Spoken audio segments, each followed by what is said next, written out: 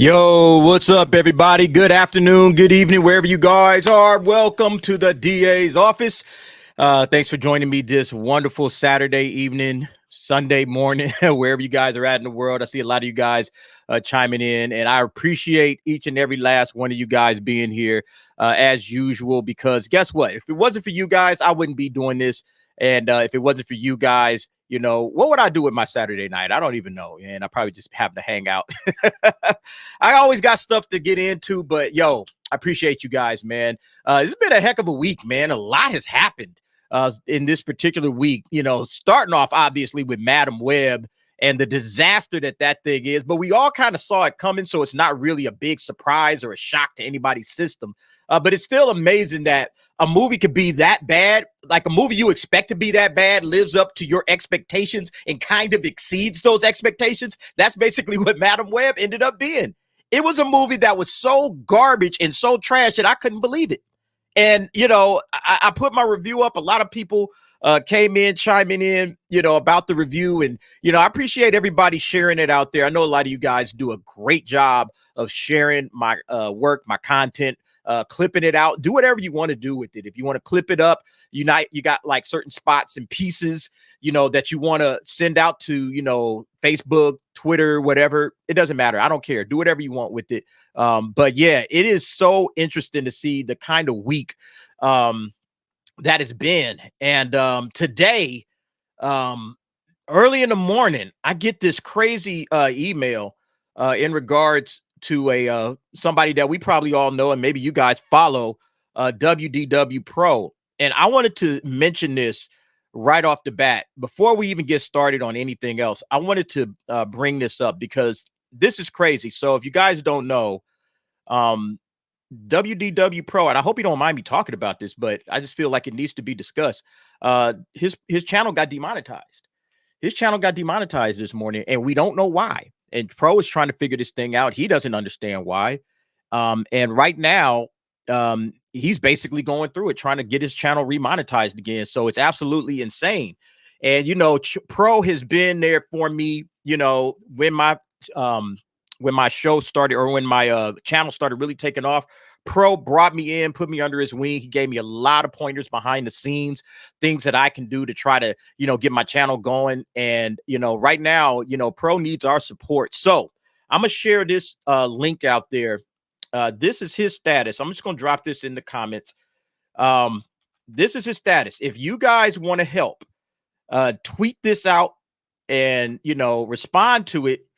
Tell Team YouTube. You got to hit Team YouTube up. It's in his link right there. Team YouTube, we need your help. Please rectify this situation. Get out there, talk to the folks at Team YouTube. Retweet it, put it out there, because they got to get this thing under control. Pro is a class act all the way. No reason for this guy to ever be demonetized. And, you know, I don't understand what's going on with that situation. I have no idea. They're saying that, you know, he might have violated their terms of service because apparently maybe he was using content that he shouldn't have used or something. I don't know, you know. But from my point, you know, Pro has always been a consummate professional. Guy is just, you know, like I said, he's helped me immensely. But even before that, you know, I was watching him just as a regular cat like you guys. And I was like, yo, this guy's content is A1.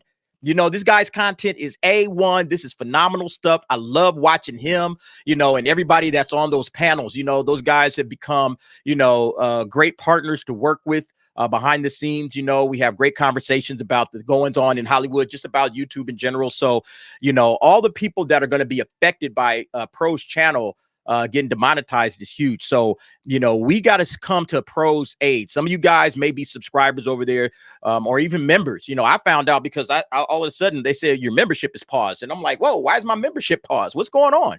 You know, and I didn't understand. I said, well, maybe it's something that I did or whatever, you know. And I decided to look into it later, and then up came this thing on YouTube or on Twitter with Pro basically discussing it. I'm gonna share it right now. Actually, you know what? Because it's a video. Yeah, the video is on there, but yeah, this is basically what it is, you know. So we need your help, right? We need to help Pro out right now, get this situation under control. So yeah, if you guys can, make sure you hit up on Twitter, Team YouTube. That's the little link that you need to put on there. Team YouTube right there. These are the guys that can get it done, that can fix the situation. So make sure you guys jump in whenever you have the opportunity. Send that tweet out. See if you can help WDW Pro out. The guy is amazing. And we need to come to his aid right now to make sure that, you know, at the end of the day, this guy gets his channel back monetized so he can get back doing what he wants to do without any issues. So, yeah, that's it. That's what I wanted to say about that. And, you know, we'll keep following up on that. Yeah, thank you, Chris Boat. Just quote tweeted WDW to Team YouTube. Yeah, 100%. Make sure you do that. Okay. Make sure you do that. We don't know what's going on. We don't know why this happened, you know. And Pro is a friend of my channel. He's a friend of mine. He's a friend of you, many of you guys out there. I see a lot of you guys that are out there, you know, on his channel, on my channel. We share a lot of subscribers. So, you know, we just got to make sure that this is done. You know, 100%. Yeah, Mexican Iron Man, thank you for your support. Yeah, everybody out there, get out there and get the work in. Okay, this is time for all of us to come to the aid of our countryman, WDW Pro. Get out there, make sure that we are in his corner, we are in his camp. You know, I mean, this is time for, you know, this part of YouTube, this corner of YouTube can stand up and make a difference for the Pro and come to his aid. So we really have to step up and do this, you know, for this guy, because this guy is amazing. Yeah, justice for WDW Pro. Absolutely, Parker. Thank you for coming through. Appreciate you, brother. But yeah, we ain't going to spend the whole day talking about it. We do want to make sure, I did want to make sure that I touched on that immediately, you know, to see if, you know, you guys had heard about it and to make sure that you guys get out there, say something to Team YouTube on Twitter, you know, as many times as you can. I think I've probably retweeted this thing, you know, 3 or 4 times, or at least discussed it, you know, tagging Team YouTube in there about 3 or 4 times. So make sure you guys get out there. Yeah, I mean, we all like Pro. That's what's so crazy about it. It's like, who doesn't like WDW Pro?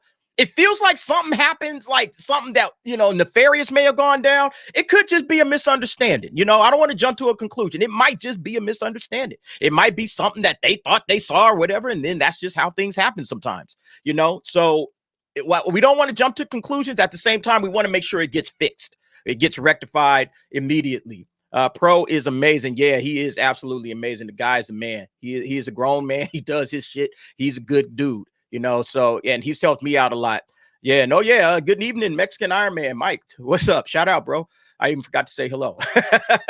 But yeah, I mean, just make sure that we all come to his aid right now. Okay, so let's get started with the show as normal. We got to step into housekeeping, house business. Making sure that we do the things that we got to do. If you guys are interested in supporting the DA's office, there's several ways that you could do that. And let me go ahead and run through those right now. First off, of course, it's a merch store. You know, I got a nice little shiny Elon Musk shirt that a lot of people might want to check out. The GFY shirt, you know, are we clear? Yeah, go check that out. That's on my merch store.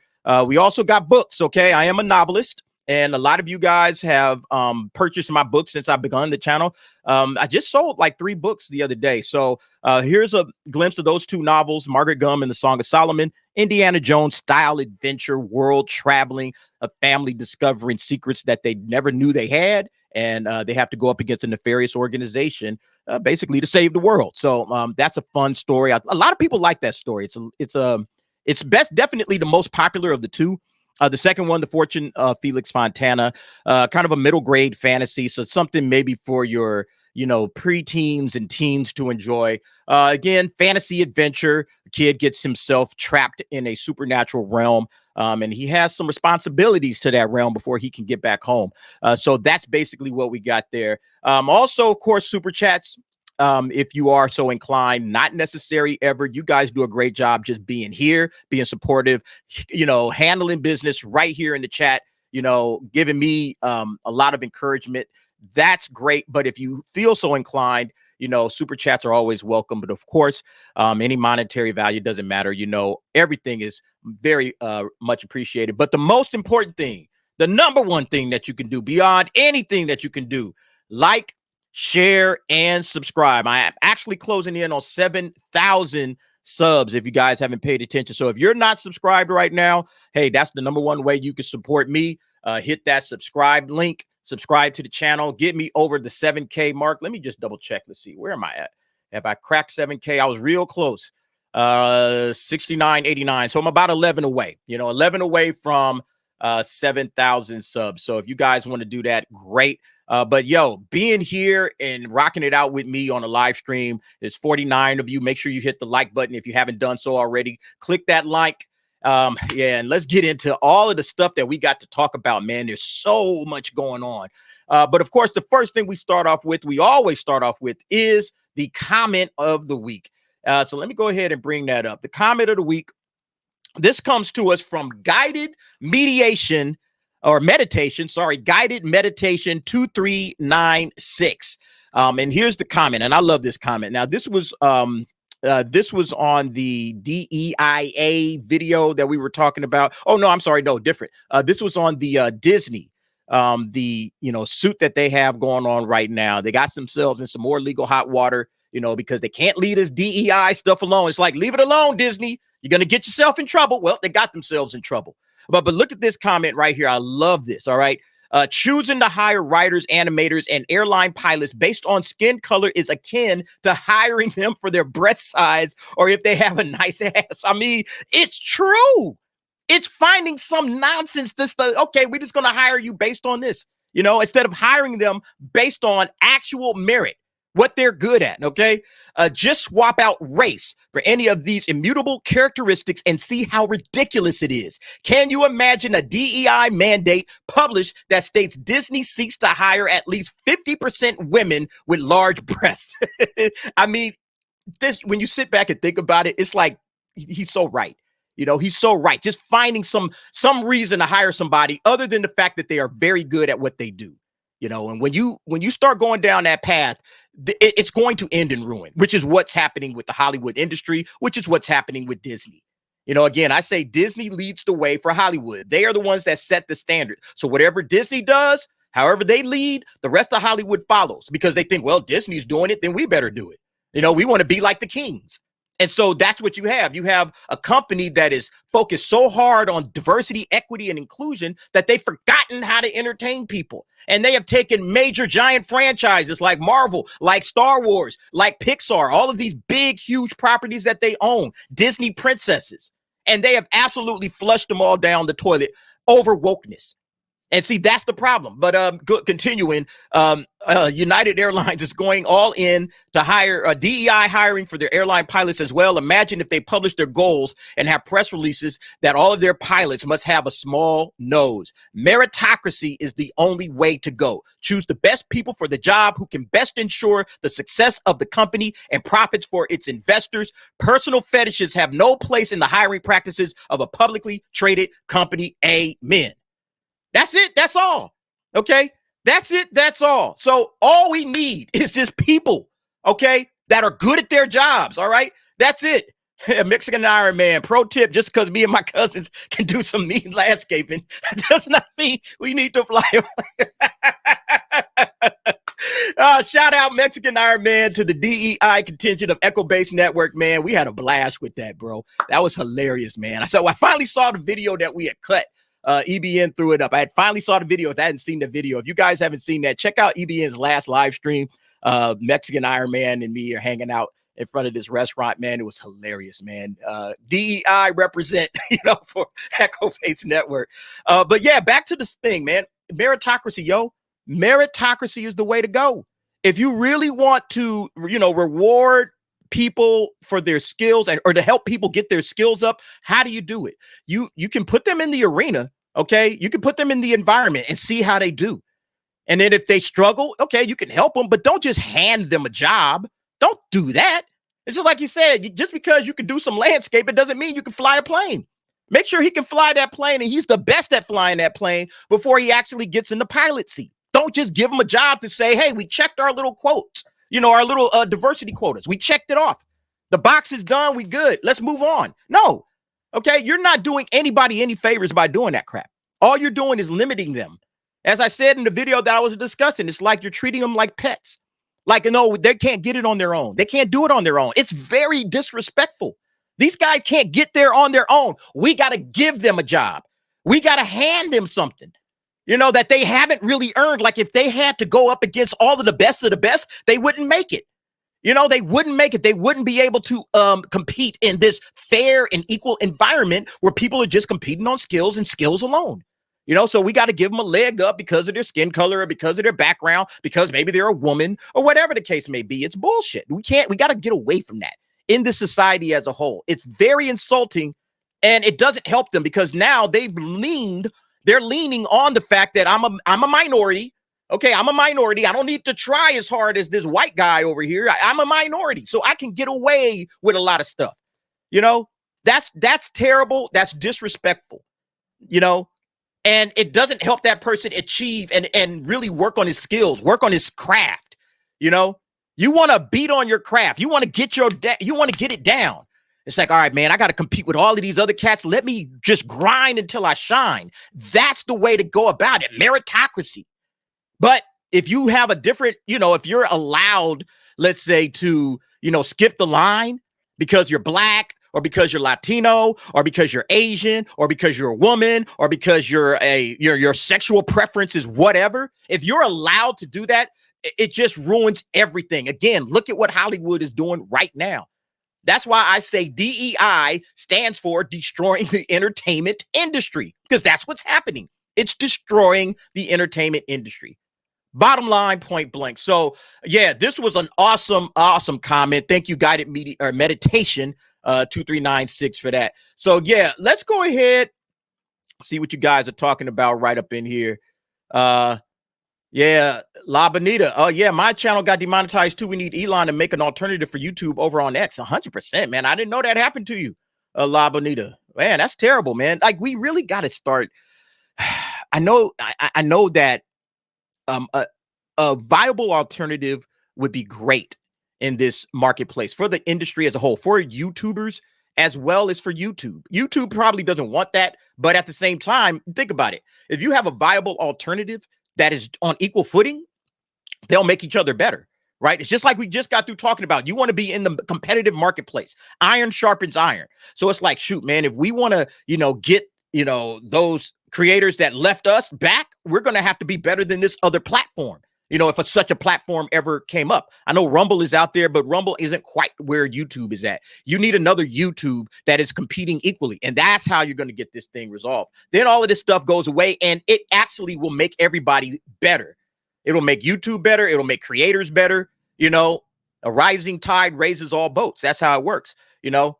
But yeah, man, that's crazy. I didn't know about that, La Bonita. I had no idea about that.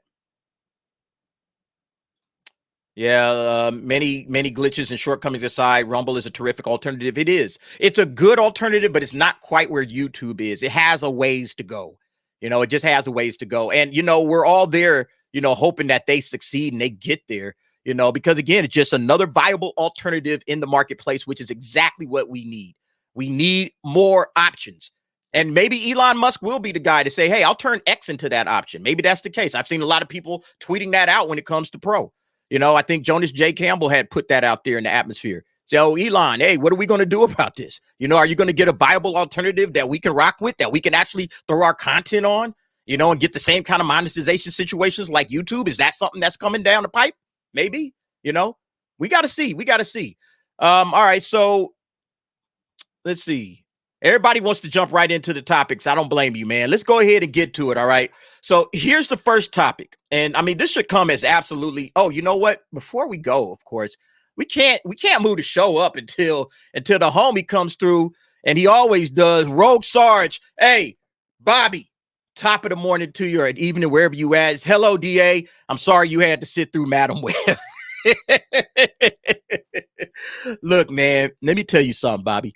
I was all over that theater, man. That theater, that picture that I showed, all right, that picture that I put up there, I was all over that bad boy. I was everywhere. I was in the front because I was the only one in there. Okay, so I'm like, well, shoot, I got the whole theater to myself. All right, let's see how the movie looks back here. So I sat in the far back, and then I moved up a couple of rows, sat in the middle. Then I moved to the far front. I was looking at it like this, you know, And I was just hopscotching all around that place because there was nothing else to do. It was a boring movie. I was not into the story that they were telling. I was following the story, but I'm like, yeah, man. It's kind of like, you know how it's a boring television program, and if you're watching it, you kind of know what's going on. You're not interested. You're just going to turn the channel. Well, I couldn't turn the channel. I'm in the movie theater. So I just had to sit there and eat it.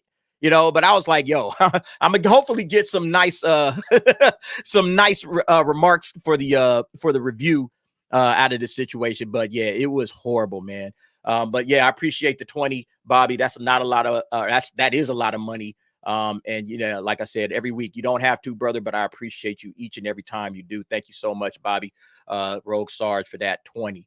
All right, so let us get to let us go ahead and get to the first topic of business tonight, and that's Blade.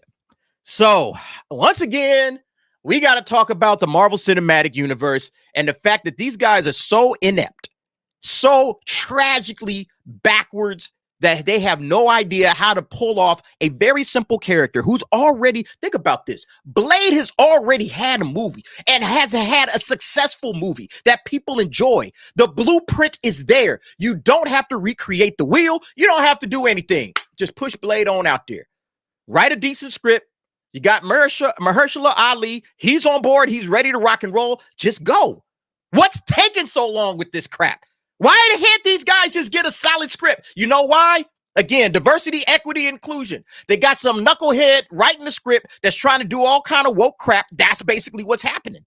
That's why this thing can't get off the ground. So yeah, once again, we got this one. Mahershala Ali reportedly still attached, but the movie could end up being delayed again.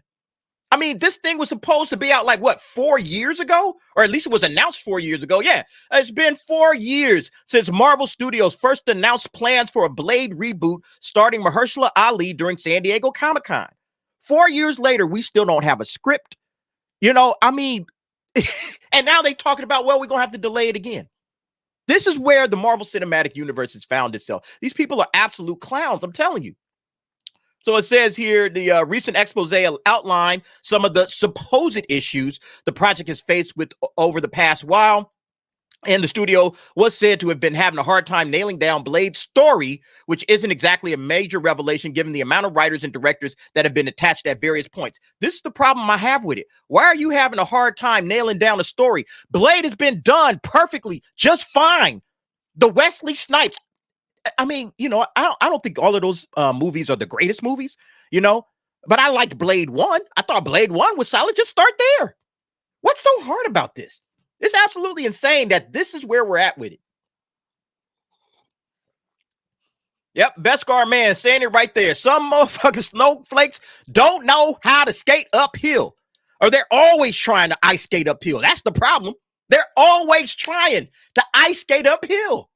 Just make it easy for yourself. Just do Blade. I mean, excuse me. It's just amazing that this is where Marvel is, and they constantly find themselves in this situation because they're trying to recreate the wheel. And it's like Blade is just a simple character. It's vampire action. Okay, that's it. Vampire action. What's so hard about this, Marvel? Why are you guys struggling with this? This is absolutely ridiculous, man. Yeah, and this is the problem. They were trying to relegate him to his third and fourth lead. They were trying to make him the third place or the fourth lead in the film at certain parts of the film, called Blade of all things. I mean, just unbelievable, right? Should we be surprised? No, I guess we shouldn't be surprised at all, animation critic. We shouldn't be surprised. Shout out, by the way. Thank you for coming through, man. Thanks for being here. Yeah, it's just absolutely, it's just ridiculous, man. Yeah, 60 years of comics, and these people can't cut and paste stories. David Glenn, 100%, bro. What is going on? Why can't you guys figure this out? Like I always say, I say this all the time when it comes to the Marvel Cinematic Universe. It's like the Marvel Cinematic Universe should be like making a bowl of cereal. Just, hey, put the cereal in the bowl. Get some milk, pour milk in bowl. Done. Here they are trying to pour apple juice in the bowl and, add paprika and all that. This is how you make cereal. Like, no. Time out. Stop. That's not how you make cereal. It's simple. Okay. You're just cutting and pasting. You have all the stories there, right there. You have a catalog of this shit. You don't have to do anything. All you got to do is just find people that, number one, love the comics, which apparently they don't want to do. Just find people that love the comics and just adapt it. Done. Done. Nah, we got a kid up here and let's relegate Blade to the third and fourth lead in his own damn movie. I mean, come on, y'all. Come on, y'all. Jeez, man. But that's the problem. And look, the fans have been saying this, right? The fans have been absolutely speaking on this. And they've been saying, this is how you do it. Marvel, this is what you do. But what's the thing that Marvel will not do? Listen to the fans. They won't listen to the fans. Same thing with Lucasfilm. They ain't listening to us, man. And that's the problem. You know, I don't know if they're ever going to figure this thing out. Okay. Parker, the MCU is too overstuffed. Blade doesn't need to be a part of the MCU. You know, you're probably right about that, Parker, but at the same time, like, why not? You know, but yeah, it is kind of overstuffed. You don't need to put him in there, you know, but at the same time, like, why not? Put him in. Put him in. You can figure it out. It's just ridiculous. Yeah, same with Star Wars. Poru, shout out. What's up, bro? Same with Star Wars. Tons of comics, stories, novels. Okay, can we adapt again? But they already, you know, screwed that up from the beginning because they got rid of the EU. And so they should have just adapted the EU. And it's the same thing going on with Marvel right now, man. They just won't adapt stuff and just make it easy on themselves. So it says here, last night, a rumor did the rounds online that Mahershala Ali, had finally had enough and left the movie after a falling out with Kevin Feige. We didn't put too much stock in it at the time. And Jeff Snyder says he believes Ali is still very much on board in the latest edition of his newsletter. Whoa. What? Hold on. I jumped off the page real quick. Y'all can still see it, but I can't. Hold on. All right, there it is. Snyder seems confident that Ali is happy with where the script is now, but that doesn't mean Blade will enter production anytime soon, as he's also heard that it could realistically end up being pushed into 2026. This is insane. And I mean, how long does Mahershala Ali hang on for this crap? You know, how long, if you're Mahershala Ali, okay? I mean, at some point in time, it's like, yo, Kev, hey, bro, what the hell? It's been 4 years. And do we have a script? Well, nah, man, we don't really have a script quite yet. All right, so what are we doing here, bro? You guys are wasting my time. You know, hey, man, it's all good, bro. Hey, you know, find somebody else to do this because I'm out. Like, at some point in time, that's how you got to feel about the situation. You know? The Avengers Rising. Hey, what's up, Avengers? God, I don't know who's taking longer. Kevin Feige being retarded with Blade scripts, or UDA being a weird bad, talking too long and not acknowledging everyone's comments. Look, man, I'm a single guy here, Avengers. I can't get to everybody. I try, though. I try, but I appreciate you being here. I'm trying to get to everybody's comments, man, but I also got to talk about the situation from my standpoint, all right? So I do appreciate it, though, bro. But, yeah, it's just insane. You know, Kevin Feige can't figure this thing out. You're 100% right about that. Like, I don't know why Feige can't get a script together, but, you know, we all know at the end of the day, you know, he's too much focused into the DEI, into the, you know, hey, man, we got to make sure that these girls get it done. You know, we got a girl. I guess his daughter is supposed to be like one of the leads of the next thing. You know, that's what's happening, you know. So you want to insert the daughter in and maybe try to introduce her into the Young Avengers. I don't know, you know, but at the end of the day, this is not the way to go. Unfortunately, the MCU was over when Captain America said Avengers Assemble. I mean, I think the MCU probably is at this point completely dead, and there's really no reason to go forward, you know, recreate it, you know, and I'm starting to have doubts about the Fantastic Four. We'll get to that in a minute. And I'm starting to have my doubts about the Fantastic Four when it comes to this stuff.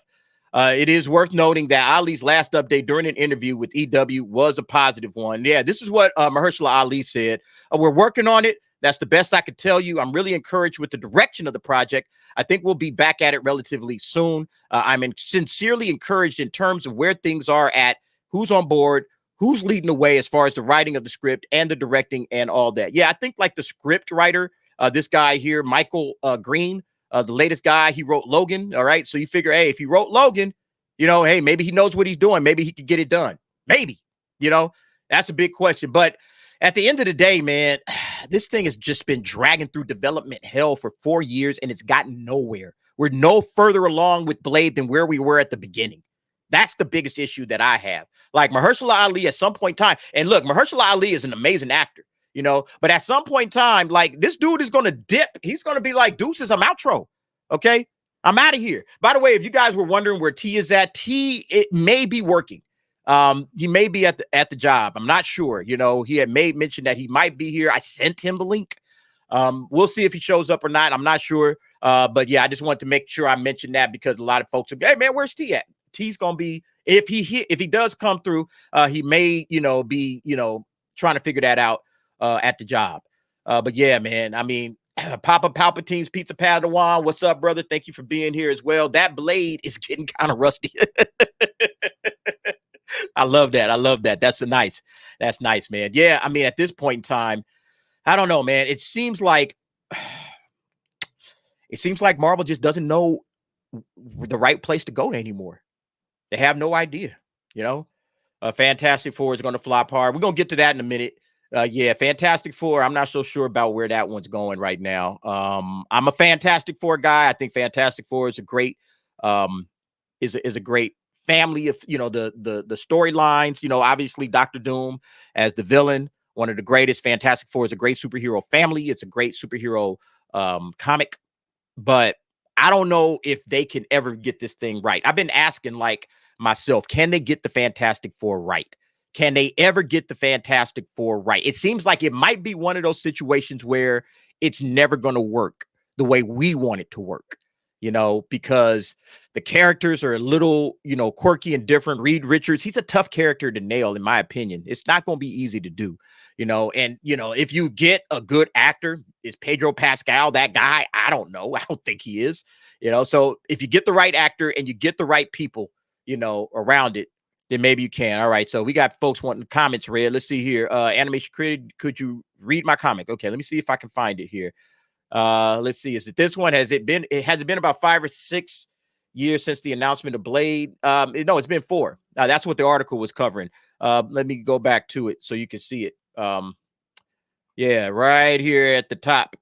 As hard as it may be to believe, it's been 4 years since Marvel Studios first announced plans for a Blade reboot. So yeah, it's been 4 years since they announced it. Well, I don't know if they're ever going to get around to this thing. It may be 6-7 years before they finally get there. Papa Palpatine, I like Blade, and I like Wesley Snipes' Blade. I think we all did. That's why that's why it's so peculiar that they can't figure this out, because you have a great actor in Mahershala Ali. You got somebody that can absolutely pull off Blade. So just go ahead and do it. Just write a story similar to the one you did with Wesley Snipes. Just kind of introduce the character. Tons of vampire blood, action, gore. They said it's going to be rated R. They made that, known. Like, hey, we're going to do a rated R Blade. So then what's taking so long? Just get to it. That's all you got to do. Let me see. What else we got? Oh, the Dutson, 1977. Yo, thanks for showing up. I don't think I've seen you before, but thanks for being here. Krasinski was a awesome Reed Richards, but they killed him. I mean, that was everybody's thought. Like, yeah, they're going to have John Krasinski. He was like the fan call, like the fan favorite, Reed Richards. Everybody wanted to see that. And then maybe Emily Blunt as Sue Storm. It's like, okay, I think I was all right with that. I didn't have a problem with it. But for some reason, here we are. We're dealing with Pedro Pascal. Don't know why. That guy doesn't, he just doesn't scream Reed Richards to me. He just doesn't. So it'll be interesting, man. It'll be interesting to see what happens. All right, we're going to move on to the next one. Everybody, thank you so much for your comments. Last one I'm going to say on this one. Chris Bolts, shout out Chris Bolts. What's up, brother? Disney will never get Doom right, I'm afraid. Straight white male character who is willing to do what is necessary to protect his country. Sounds like a certain president named Trump. I 100% believe you on that one, man. I 100% believe you on that. I don't think they'll ever want to do Doom the way he truly is, in the comics, because he'd almost be like a hero, right? He'd almost be like a hero in this day and age. So yeah, I don't think they'll ever get it right. I just, like I said, I don't know if you could do Fantastic Four the way it needs to be done and have it be successful, and that's maybe why they've struggled. There's been 3 Fantastic Four films. They've all kind of sucked. I think the cast in the first one, obviously, was the best. But, we'll have to see. We'll have to see. But let's go ahead and move on to the next thing that we got to talk about. Now, I have to admit, I didn't see this one coming. Nicolas Cage is reportedly in talks for a live-action Spider-Man noir show. And this is the character that he had put off or portrayed in Into the Spider-Verse, right? Like Spider-Man noir character. Is this something people are asking for? Is it something that people are interested in? I can't say I'm interested in this. I don't know if Nicolas Cage and Spider-Man and Spider-Man Noir show. I don't know about this one, but let's go ahead and see what they're talking about. Nicolas Cage is reportedly in talks for the live-action Spider-Man Noir show, potentially reprising his role from the animated Spider-Verse movies. Despite previous character change reports, Cage is reportedly in serious negotiations to play the 30s detective version of the Marvel web slinger. Sony has not responded to inquiries quite yet. And I think the Sony Spider-Verse is just kind of a hot mess right now. Everything they got going on over there, Madam Web, obviously just came out. I mean, it's just a goddamn shit show at this point. I don't know why at this point they should just pull the plug on every idea they have and go back to the drawing board, which is what they're doing with Silk. They got this Silk thing and they're saying, pull the plug, stop. We gotta go in a different direction right now. So whatever projects they have that aren't in the can, like Kraven the Hunter and Venom 3, everything else, they just got to start over. Hit the reset button. And then they're talking about Spider-Man Noir. I don't know. I just don't know. There's so much uncertainty. Like at some point in time, a story like this would have absolutely intrigued me because I love Detective Noir. I love that era of stories where you had the Maltese Falcon, detectives, Humphrey Bogart, on Sam Spade. I love that kind of stuff. That stuff is appealing to me. I love old school detective stories. You can see it in the 30s, black and white, with that kind of feel. I could dig that. I could really dig that. But right now, these cats don't know what they're doing. These cats do not know what they're doing, and I'm afraid they're just going to screw it up. And then they're going to make something that I don't want to watch. And I'm going to be like, well, screw it, man. They're good at, just butchering bad ideas. Or good ideas, I'm sorry. They're good at butchering good ideas. They just can't pull them off. And so, yeah, when you hear this stuff, saying, oh, yeah, we're going to get a Spider-Man Noir show. Nicolas Cage, who I like as an actor, is reportedly in talks to play that. I'm like, okay, but how's this going to work? Sony, you guys have screwed everything up except Spider-Man. Spider-Man is the only thing that they've gotten right. Yeah, so this was the article. It was in the Ankler reporting that Cage's series talks to star in the live-action Spider-Man Noir show. The star is said to be in negotiations to reprise his role from the animated Spider-Verse movies as the grizzled 30s detective version of the Marvel web-slinger. They reached out to Sony for comment, but they haven't been given a response at that time. So, yeah, I mean, this could be interesting.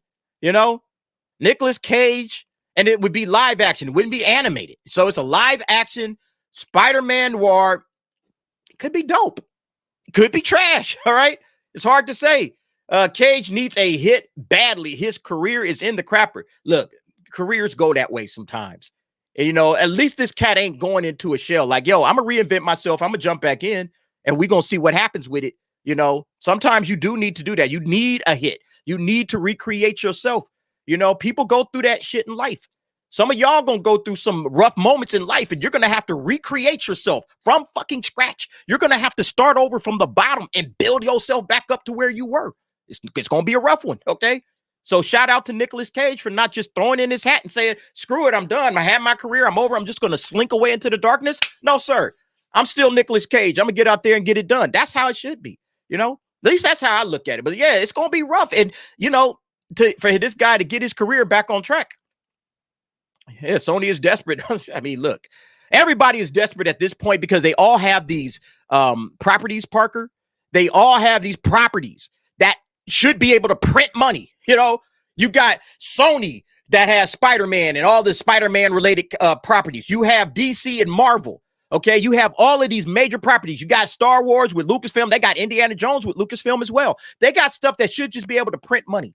They can't do it because they haven't tapped into what fans really want, what fans are really interested in. They can't tap into it, Nick the Rage Cage will come back.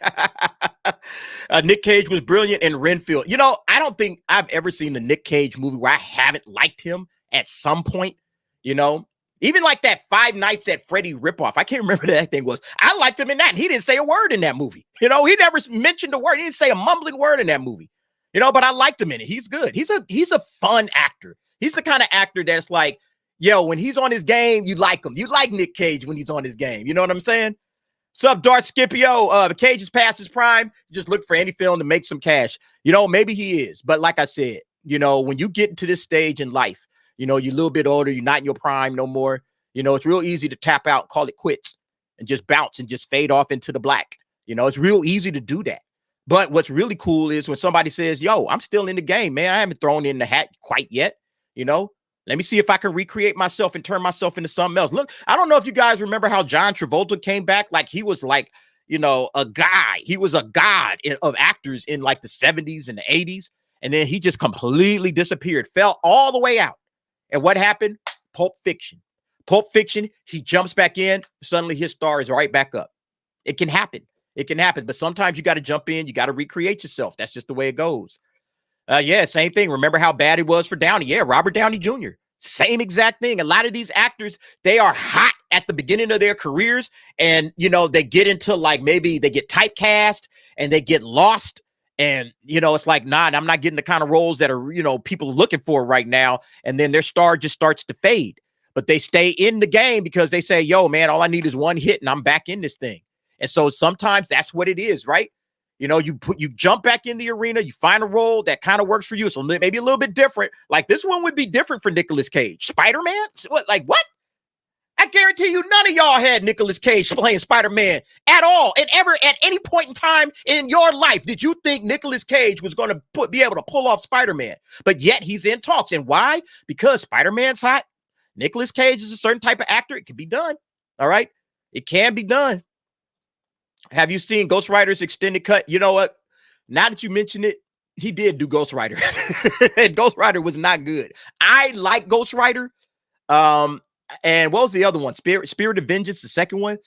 Ah, man, that's when Marvel movies was like, but you know what? I'll take those Marvel movies over the shit that we've gotten in these last couple of years. I'll take that Daredevil. I'll take the Ghost Riders. What was the other one that came out?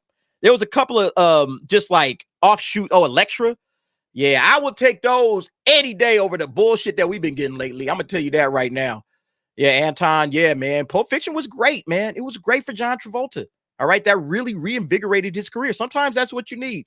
Hey, everybody, if you haven't done so, hit that like button. Help this video get around YouTube. I appreciate you. Let's see. Sony, watered down Carnage. Yeah. Again, Sony doesn't know how to handle these characters. And that's the biggest issue that I have is that they won't hire, like, maybe comic writers you don't necessarily need to hire, but you got to hire people that know the material and that love the material. And if you can't find those people, then you don't make the movie. You don't do it. Even though it's like, oh, man, we can make so much money. You're going to lose money. You're going to damage your brand. Wait until you can do it right. I would rather them wait 5 years to do Blade and this Spider-Man and everything. I would rather them wait than to give us some crap. All right. I would rather them do that. The DA Pig was terrific.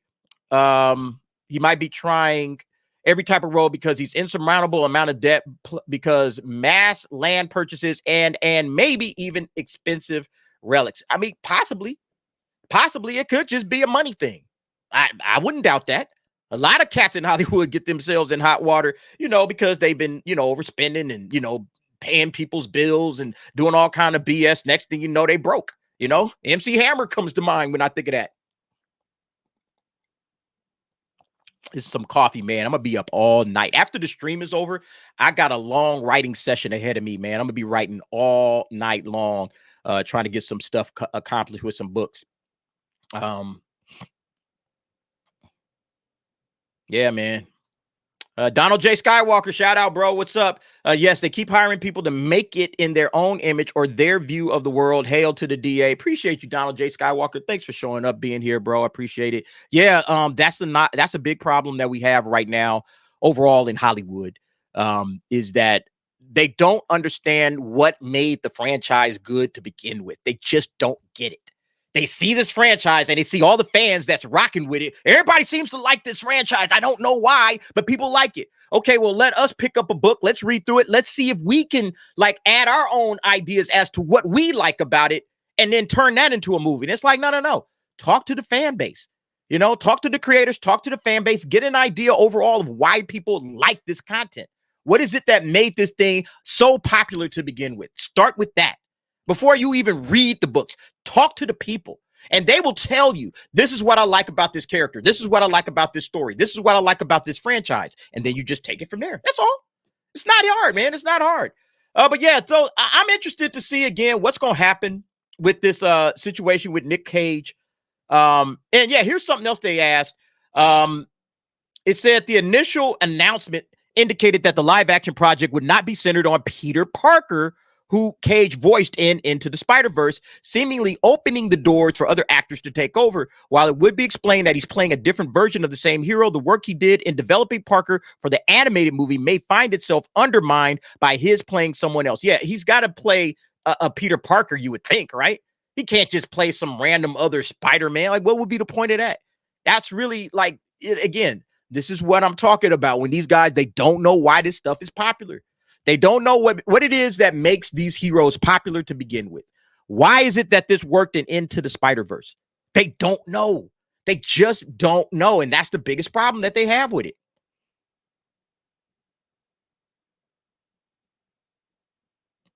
Yeah, so that's that for that topic. Appreciate everybody coming through here with some of the comments. Donald J, thank you for streaming. Thank you for being here, man. Appreciate it, man. You know, I'm gonna try to add more stream. I keep telling y'all I'm gonna add more streaming opportunities, but I'm just a busy cat. You know, I'm just a busy cat. Hope the spark of inspiration hits you tonight, then, DA. I 100% hope so too, man, because I'm behind, man. I'm way behind on some of my books and things that I need to get to work on. You know, that Gum series, that second book is really like the one that's coming next. Should have been out like a year ago. But you know, I got caught up in building this channel out. And just regular other family day-to-day stuff. And, you know, I just haven't like put the energy in that I want to, you know, but I have another project that I want to get to. I have something big that I want to work on, but I can't get to it because I got this other thing that I needed to finish up a year ago. So I'm like, you know what, proper order of things. I got to get this one done. Okay. It's a sequel to the second or to the Gum series. Everybody's been asking me those, hey man, what's up? Where's the book? And I'm like, all right, man, let me get to this. So tonight, that's what I'm doing. I'm going to be sitting down. I got a big pot of coffee. I'm going to be burning the midnight oil while you guys are asleep. I'm going to probably be up until like 2 or 3 a.m., you know, West Coast time out here in Cali. I'm going to be up to 2 or 3 o'clock in the morning writing, you know, getting it in. So hopefully I do get that spark of inspiration because that would be nice. Let me see. Wait, I'm clicking on this. Are you going to be on Midnight's Edge? You would be a great guest. I would love to be, you know, them cats, they reach out, they be saying, hey, you want to jump in? I'm like, sure. You know, I've talked behind the scenes to a couple of them dudes, you know, Tom and Andre, and they're great people, man. 100% wonderful cats, you know. And then, you know, of course, maybe Mike, Mexican Iron Man, can make that connection for us and we can make that happen. But yeah, you know, it's always about scheduling, man. It's always about scheduling. Everybody, you know, is working on different schedules when it comes to YouTube. So sometimes it's just hard for me to get in there, you know. I can sometimes make it with Pro just based on the days that he films. And it's like, okay, I can get in with Pro, you know, and then with EBN, I can get in there because it's like, okay, I'm done with my regular schedule. And then I got about an hour and then boom, I can jump on with EBN, you know, just because of the time that they shoot. But yeah, I would love to be on Midnight's Edge. All of these guys, man, I love every last one of these. I follow all of these channels the same as you guys do. You know, I'm a fan of these guys just like you are a fan. But, you know, I'm also rocking and doing my own thing. But, you know, I love these guys. I follow these guys, you know, whether it's, you know, Midnight's Edge, Geeks and Gamers, you know, like Nerdrotic and his crew, you know, drawing a blank right now. Obviously, WDW Pro, Valiant Renegade. You know, I'm a fan of all of these cats, man. All of these guys do great work. And I appreciate, you know, the energy that they bring into this space, you know. So yeah, I mean, that's just something that, hey, if anybody, you know, reach out, shout out, I'm here, you know, I'll jump in. Hypnotic, but I think Hypnotic tapes at the same time that I do, so it's like we can't really get in there. But Hypnotic has a great show, you know, Saturday Night Hypnosis, I think he calls it. So yeah, I mean, all of these cats are great, you know. So, you know, I'm gonna keep doing my thing, and you know, hopefully one day, you know, we'll all link up. That's what I'm doing right now, trying to work on my next chapter for my book, scratching my head on how to start the chapter. Yo, man, it's tough, man. Being a writer is hard. You know, being a writer is very, very, very hard. But, you know, when that spark of inspiration hits you, sometimes you just got to sit your butt in the chair and do it, you know, which is what I'm going to be doing tonight. Say, screw all of that, man. Let me see here. I hope all of you authors out there have some great writing sessions and that the words flow easily. Thanks, Rogue Sarge, man. I appreciate you, brother. Yeah, all you guys that are out there that are writers, trust me, once I hit 10K, and I will hit 10K eventually, You know, I will hit 10K. We are going to start doing some stuff for us. All right. Us, the writing community, you know, and I know there's already stuff out there, but I'm going to do stuff for you guys. Okay. We are going to start putting some things together for the writers in the world. All right.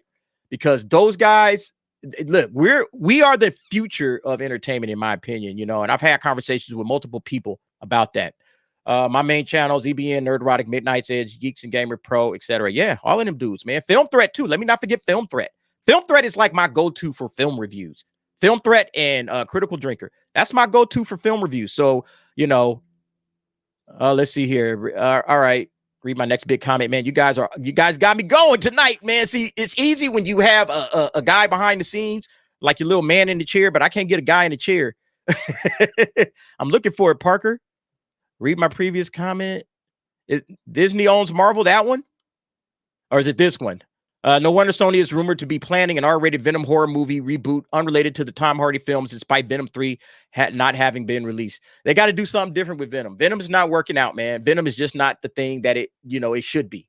You know, I mean, Venom is an amazing character, a very popular character, and they can't seem to get Venom off the ground either. So yeah, I'm not surprised. You know, when every time you hear about anybody rebooting something, you know, every time you hear about it, that you understand why, okay? Because they have dropped the ball somewhere. All right.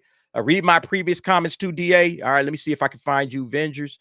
Let's see what you got to say. There we go.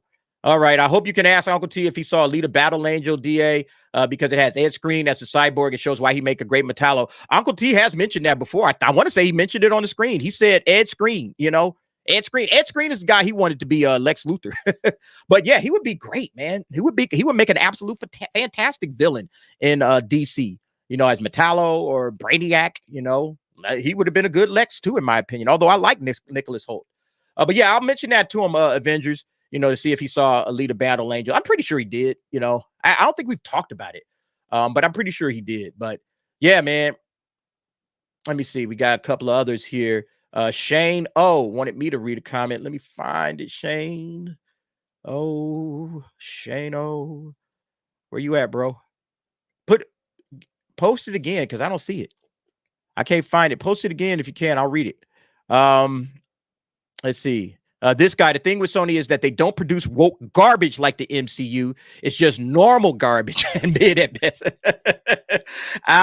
You know what? I will say Madam Web is not like woke. Okay. It's not like super woke. It's just terrible, you know? And it's clear that, you know, they wanted to angle it towards the girl boss stuff. They were trying to push that. So it's clear that that's what they were doing. But they realized that it's not working. And that's the problem with Sony. And speaking of that, that's an actual good segue into our next topic. I did a video about this a little earlier. And the reason I wanted to discuss this is because I did want to get T's opinions, but since he didn't make it, I'll hear what your opinions are, okay? So, Silk, the Spider Society TV series, reportedly scraps the writer's room. Okay, so they're getting rid of this writer's room, and what does it say here? As you can see, the Marvel series is reportedly pivoting for a male-skewing story. Are they learning their lessons now? I want to hear from you guys. What's going on here? Okay. What's happening here? They have stopped. They have said, hey, writer's room, you guys are gone. Get lost. Goodbye. And I guarantee you this thing was super duper woke. Okay. Or at least super duper feminine focused, you know, because they said, we got to do a male skewing story. Well, that tells me that this was a female skewed story before they got rid of this writer's room. This was probably super heavy into the girl boss feminism. I have no doubts in my mind about that. So now they're saying, well, we got to go into a more male skewed story. Now, I want to hear what y'all got to say about it. I'm going to read plenty of comments on this one because this is interesting to me. This is interesting because now you got to say, okay, look, all of this stuff has been failing. Okay. Every last bit of this crap. All right. It's been failing. It's been absolutely falling apart for Sony, for Marvel, for DC. They're talking about comic book fatigue left, right, and center. You know, the MCU has absolutely failed, you know, out loud, just failing out loud as just ridiculous. So at some point in time, you're like, we got to course correct, y'all. We got to do something different. We got to change up what we're doing. All right. Like Humpty Hump said, stop at what you're doing because you're about to ruin the image and the style that we used to. We used to making bread. We're not making bread no more. We losing money. We're putting 200 million, 300 million into these joints, and we can't turn a single profit. All of these movies are failing. At some point in time, they got to figure something out, right? They got to figure something out. The Duxton says it right here. Money talks, bullshit walks. 1,000%, bro. It's that you got to start changing up at some point in time, don't you? You can't keep doing this crap. If you keep doing it, what's going to happen? What's going to happen? You're going to lose everything. And so at some point in time, it's like, yo, we got to start getting right, okay? Now we got to go back to the guys. We got to do a male-centric story. And I mean, I love it, man, because it makes me think maybe we're healing, okay? Maybe the world is healing finally, you know? After all of these years, what has it been? 4 years of MCU bullshit? We're finally going to start making some real stuff. I love it, all right? I love it. Let me see what y'all talking about. Fans are suffering from corporate tampering fatigue. 100% Avengers. Yeah, like, again, they don't understand it, man. LOL, Sony loves making Spider-Man stuff without the big man. How are they going to do Silk when her origin is intertwined with Peter? I don't know. I don't know what these cats are doing. You don't know what they're going to do. Nobody knows this guy, okay? But that's what we're dealing with. Okay, Shano, this is your comment, I think. Did you know in the movie Pulp Fiction that a General Mills monster cereal Fruit Brute? Yes, I do know that. Appears in that movie, which the Fruit Brute cereal ran from 74 to 82. I do remember that. All right, I do remember Fruit Brute being in that. I don't know if it was it the scene with when Quentin Tarantino was the Bonnie situation? Was it that scene or was it the beginning? I don't think it was the beginning because they were having big kahuna burgers, right? So I don't think it was the beginning. It had to be the one where they went to Quentin Tarantino's house when he was the cat where they had to clean up the ride. They had to clean the ride. The kid had to clean the blood and the brains out of the ride. And I think he might have been eating Fruit Brute. I'm not 100% sure. It could have been. Hey, man, it's a lot of different situations. I do remember the cereal being in the movie, but I can't remember exactly when. But yeah, good call on that one. Let's see here. Donald J. Skywalker. I don't believe they are unless they change the hiring rules. DEI. They'll just hire another woke writer's room to do the same thing. It's Disney. Well, see, here's the situation with this. This is Sony. All right. Sony's making Silk, and they saying they're going to skew it to males. So are they figuring some shit out? That's my question. Are they finally figuring out, it's guys that show up to comic book movies? It's guys that are interested in comic book content, not women. You know, we saw the numbers that I keep preaching out there. 65% male leaning was the Marvels. A girl boss movie, 3 female protagonists and a female villain. And it was guys that showed up. It was 65% male. You know, so that's the question, right? That's the question. Have they finally figured this thing out? We could put women in it, but we got to make a movie that the guys want to see. We got to make something the guys want to see. Maybe you got to give them eye candy. You know, maybe you got to put some eye candy in there. Okay, maybe that's what they want to do. All right, let's get some hot chicks in spandex and let's put them on the screen and let's see what happens. Maybe that's what they're talking about. I don't know. But the fact that they're even mentioning it and they fired the writers' room, I'm not trying to say get excited, get happy, but it does make you wonder, okay, have they started to figure some things out? Are they finally going to say, you know what? Okay, we get it. We got it. Okay, we've been doing this all wrong. Let's focus this on the guys. Let's make something that guys would like. Let's get guys in here and let's find out what they're interested in. You know, like what would guys be interested in? You know, if you're going to do that, if you're going to make a comic book movie, let's do some brainstorming real quick. And you guys put this information in the chat. I'd be interested in see what you guys say. You're doing you're doing Silk. Okay. So it's still a female lead, but you're going to make it a male-skewed story. What does that look like to you? What kind of stuff are you putting in there? You know, what does that story look like? I'm curious to see because I don't know. I honestly don't know. What are they going to do with that? Hey, everybody. Keely, ciao. What's up? Thanks for showing up. Appreciate you being here. Much love. What kind of males are they talking about? LOL. For all we know,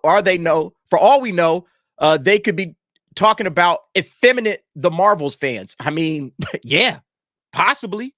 But again, we don't know what they mean by this. other than the fact that they're going to try to aim this towards guys. You know, that's the goal. They want to aim this towards the guys. They want to aim this towards the audience that's actually going to show up to watch this. So you do the math on that. What do y'all think that means? So let's go ahead and just quickly like chop into this and some of the points that they made. So yeah, you know, in addition to film franchises like Venom, Morbius, and Madam Web, the franchise has hoped to branch out into television, and its flagship series has gotten a major update. On Friday, the Ankler reported that Silk Spider Society was undergoing a developmental overhaul and has let go of nearly its entire writer's room.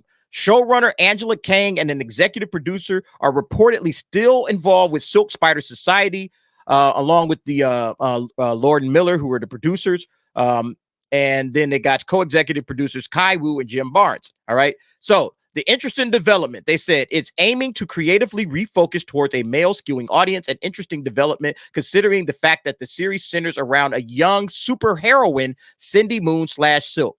And then when you start thinking about it, and I don't know if they mention it here. Yeah, they don't mention it here, but that in the article that I read in my video, they were talking about basically like, look, Amazon has been getting over with Reacher, you know, with Jack Ryan, with The Terminal List, you know, male focal points, you know, male-centric franchises. So they've been getting over with that. So that's probably why they're saying, yo, let's go ahead and try to tap into these guys, because that's probably going to give us more bang for our buck than trying to push some, you know, feminism or whatever, you know. And then you start looking at the numbers again. If 65% of the audience that came to this Marvel's film was men, that means that men are the ones that we need to focus on, not women. We don't need to focus on women. We need to focus on the guys.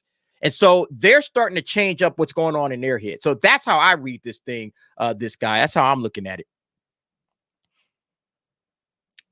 Let's see what else we got here. Salute DA. Did you talk Blade yet? Blade was first. Yeah, Blade was first. We went through a few things already on that, Darius. You can rewind that and check it out. But yeah, we discussed Blade already. Let's see. Yeah, I'm just curious as to what do they do? You know, guys want to identify with a great male character. Anton, I agree. That's what it is about superheroes, is that guys want to be superheroes. You know, we want to be the heroes. We want to save the day. We want to be the good guys. You know, so when you have a lot of female superheroes, it's like, okay, how do you relate this to the guys? How do you make these female superheroes relate to males? That's the question. I don't know. But, you know, Wonder Woman does just fine. You know, Wonder Woman does just fine as a character. And then some of the female superheroes that we have seen, you know, done well, or villains and everything, they always have like a certain sex appeal to them. So maybe you got to make this a little bit more sexy. You know, it's a tough call. You know, it's a real tough call. Like, one of the things that I was saying is that men do like good heroes and good and evil villains. You know, that's one of the things. You got to have really good heroes, good guy heroes. You know, they can have some issues, but they got to be good at their core. They can't be these anti-heroes, you know, troubled, tragic hero. You know, I don't really want to be a superhero. Like, they can't be that. They have to be heroes that want to be heroes, that leap into action and take charge. You know, that's the kind of heroes that guys like, you know. And then villains, the same thing. They can't be, oh, he's just misunderstood. Oh, the poor guy, he's misunderstood. He's not really evil. Nah, again, you can get away with that every once in a while, but for the most part, you want your villains to be evil. You know, that's at least the way I look at it. You know, they have their own philosophies and everything of life, but at the end of the day, they're evil people. And they believe that they are the only ones that can solve this problem, and they're going to use whatever means necessary to solve it and just be evil bastards. Like, that's basically what you want out of your villains. That's what guys look for, okay? We like that. We like well-rounded stories, too. We don't like simple bullshit stories. We want a good story, something I can sink my teeth into, you know? Something that has some twists and turns, but a very good storyline from beginning to end. That's what guys are looking for, you know? Not this Swiss cheese BS that we saw with Madam Web. Madam Web has no story that you care about. That's a story that could be told in like 10 minutes. And they took 2 hours to tell a 10-minute story. It was very, very terrible. But guys don't like that, okay? You got to give us something that makes us think, you know? Give us some good characters, lots of interesting characters. You want that. You know, so to me, that's what, if I'm talking male skewing, if I'm saying, hey, I got to write something for a guy, that's what I'm starting with. All right. The right kind of villains, the right kind of heroes, and, you know, good, well-rounded stories. And then, yeah, beautiful women. I don't think there's anything wrong with putting beautiful women in movies. It seems like they want to get rid of beautiful women. No, put beautiful women in movies. Nothing wrong with that. You know, let's see some eye candy a little bit. Guys like that if that's what you're interested in. You know, I don't think you should make the entire thing guy or eye candy. I don't think that's appropriate. Nobody's going to be here for that. You know, we remember that back in the day with, what was that movie with Pam Anderson? Oh, man, it was so many Pam Anderson joints, you know, like no plot whatsoever, just Pam Anderson in some skimpy outfit. I'm not interested in that. You know, give us something good. Yeah, that is what we girls like too. Yeah. In Mac, shout out. Thanks for being here. Yeah, girls like good stories too. I think just overall, just, you know, you're going to skew it towards the guys, you know, maybe a little bit more action and violence, you know, some good fight scenes, some good, well choreographed fight scenes, not the bullshit we saw in Echo. All right. Not that Echo crap. Good, well choreographed fight scenes, you know, a little eye candy, a well-developed story and a plot. And then, you know, maybe just up the action a little bit. I mean, you can't go wrong. Guys are easy, man. We'll be like, yo, that was dope. Like, go back to season 1 of Daredevil. Like, go to season 1 of Daredevil and look at what that was. Yeah, now that has a male lead, but you could probably get away with simple storytelling. That's all it needs to be. Barbed wire. Thank you, Papa Palpatine. Yes, barbed wire. That was what barbed wire was. Just eye candy for the guys, man. There was no plot there. I can't even remember what that movie was about, man. It was such a weird movie. But yeah, barbed wire. Yeah, Avenger, you called as well. Barbed wire. Yeah, barbed wire was just, but again, Baywatch. Remember, Baywatch was big. And, you know, if you was a guy, that's what you just did. That's what you was watching. You was watching it for the girls, man. That's what was up. DA, how did we go from Iron Man to the Avengers to that and even Infinity War and Endgame? Was there a mass exodus of talent by the time Disney rolled around? No. You know, Disney was pretty much involved with the MCU. Since the first Avengers, right? I think like Paramount had them, and then Disney bought them, and you know they had been pretty much rocking with Disney or with the MCU since then. Yeah, what happened is, again, after all of that talent left, you know, Robert Downey Jr. gone. All right, the Russo brothers gone. James Gunn gone. Scarlett Johansson gone. And all the other actors and writers and everybody else, Marcus and McFeely, they was out of there. And what did they do? They brought in a whole bunch of diversity hires. That was it. They just brought in diversity hires. They could have went out and hired real talent. They could have went and got some more directors. They had Sam Raimi in the phase 4. Sam Raimi is an amazing director. Okay. But they gave him some kind of a screwball script. And Sam Raimi's like, well, I'll do the best that I can with it. And, you know, if you're a guy like me, I'm a Sam Raimi fan. I love the Sam Raimi-isms in Doctor Strange, Multiverse of Madness. I like some of his Sam Raimi stuff, but the story is just bogus. And so that was the problem. They just went and got dopes to write their stuff, and they didn't really have good directors that knew how to, you know, pull this stuff off. You know, and there you are. So, yeah, it's not a mass exodus of talent. There's talent out there. They just don't want to hire them. They're trying to go, MCU, you know, so they changed up. Hey, we're going to push a lot of female storylines. We're going to take all of the guys out of this thing, even though, you know, Marvel Comics has always been primarily a guy thing. You know, again, girls can love it. Girls can enjoy it. Nobody's saying they can't, but, you know, you got to focus on who your main audience is. And that's not what they wanted to do, you know? So, yeah, getting back to this, I just think this is really important right here when we're talking about what these guys are doing. And I hope it works. Whatever they're doing over here with this silk spider society shit, I hope if it's good, it's just like One Piece. One Piece should have woken everybody up to, look, we are screwing this thing up when it comes to adapting, you know, content. We are screwing this up. Look at what we did when we brought the original creator in and had him sit side by side with us and then veto everything that looked stupid. Look what happened. Look how well we're doing. Look how well this show is taking off. We're bringing new fans into this franchise because we just listened to the original creator. And I would think that, okay, listen to what the people are saying. Listen to the original creators. Hey, you know, we want to make this silk spider society. You know, what will it be about? Well, it shouldn't be about girl boss shit if your main target demographic is men. If men are your target demographic, then we got to make it male focused. Point blank in the story, okay? Bottom line, you just got to make it male focused. And so hopefully whatever they're doing, we'll keep an eye on this, and I'll follow this very closely. I'll report on it. But hopefully as we keep going here, we get this thing done. All right. We get this thing done, and it's great.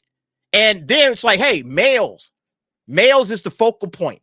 And if you start proving that's to be the case, it's like, hey, we made this a male-focused show, and the show worked, and it's getting a second season and the third season, and the reviews are coming in, and people are loving it, and everybody's talking about it. Oh, okay, good. Now, if it's dog shit, it's dog shit. Call it dog shit. I'm not going to praise it if it's crap.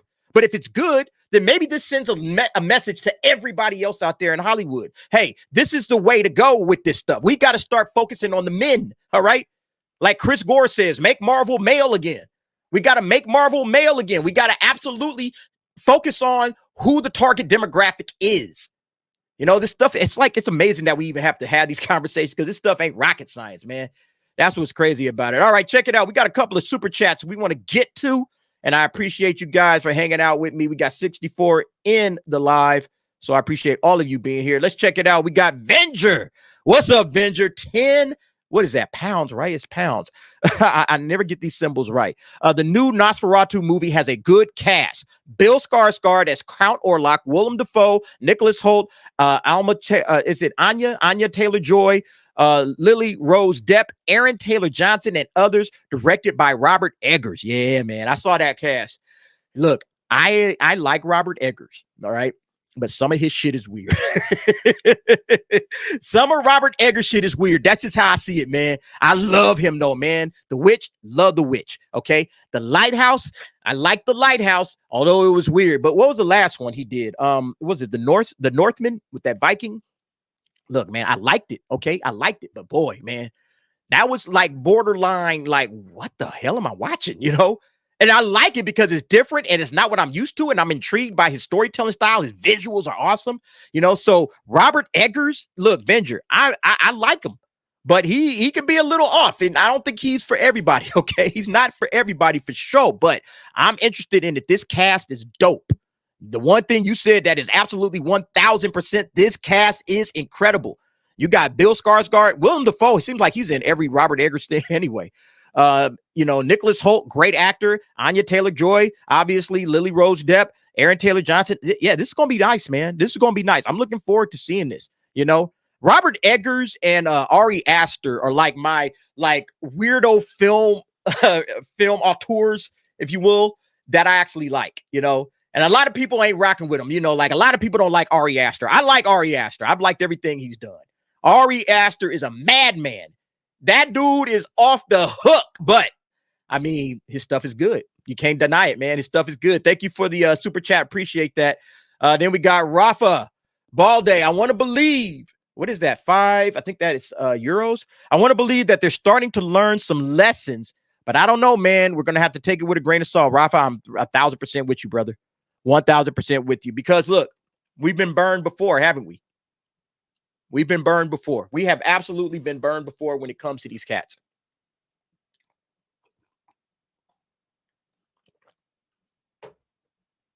Yeah, they have dropped the ball in major ways on a lot of major characters.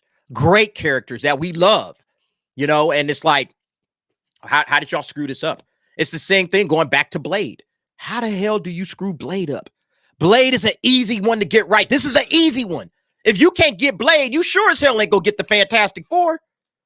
If you can't get Blade right, I'm like nervous about everything that's going on over there, But yeah, when it comes to these guys with Silk, with, Sony, maybe just like, look, we've lost enough money. We lost a ton of money on Morbius.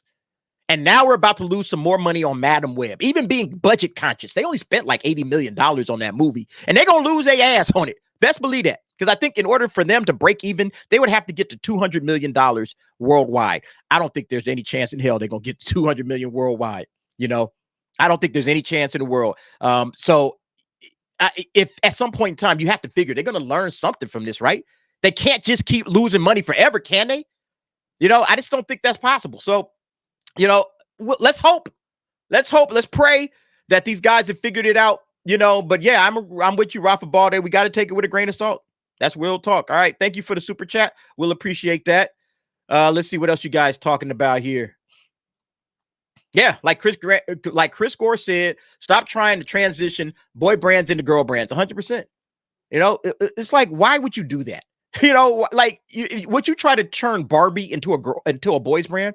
Would you try to say, hey, you need to put more tanks and battleships and war and all that kind of crap into a Barbie movie? Do you think that the people that rock with Barbie are going to show up to see that movie? Do you really think that? Are you guys that fucking stupid? Like, why would you try to turn a boys brand into a girls brand? And why would you try to turn a girls brand into a boys brand? It doesn't make any sense. Just let boys be boys and girls be girls. But we live in this day and age where they're trying to blur that line, right? They're trying to blur the lines between men and women, and it's not going to work, you know? Absolutely ridiculous, man. Dark Scipio, almost 7,000 subs. Am I there? Wait, hold up. Let's see. I want to celebrate that. Okay, I got 9 more subs to go. Man, if you guys haven't subbed, please sub. No, I'm not going to beg for that. But yeah, it's nice to get those little, all right, boom, we got it. You know, it's nice to get that stuff checked off, man.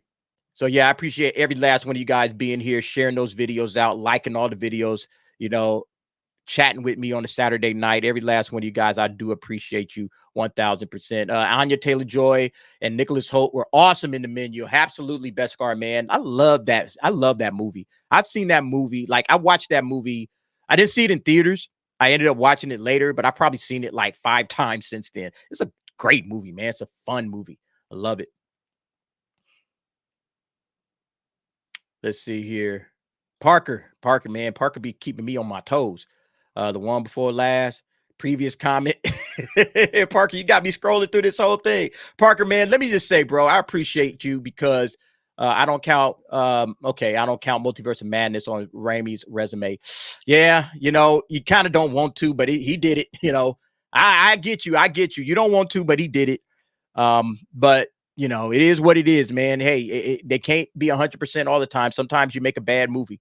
But yo, Parker, man, thank you for always coming through. You always put a lot of comments on my videos, and you always have some interesting insights. So I really appreciate you coming through and dropping some comments on all of that. Oh, wait, not that one. Oh, shoot. Okay, hold up. Let me see if I find it. And then we're going to move on after that if I can find it. See, man, you guys don't know how many comments I'm like trying to scroll through. And let me see. Is it this one here? Peter, played by a new actor, will probably be secondary league. He and Silk will probably become a couple like the comics. Maybe. That's a possibility. I could definitely see that happening. You know, I could definitely see that happening. And here's the thing. Skewing male, all right? Skewing male, which is the promise, or at least what this article was saying. If it's skewing male, what does that look like? You know, what does that look like overall? That's the question. All right. So let's keep it going with Marvel talk. All right. Let me bring up this one.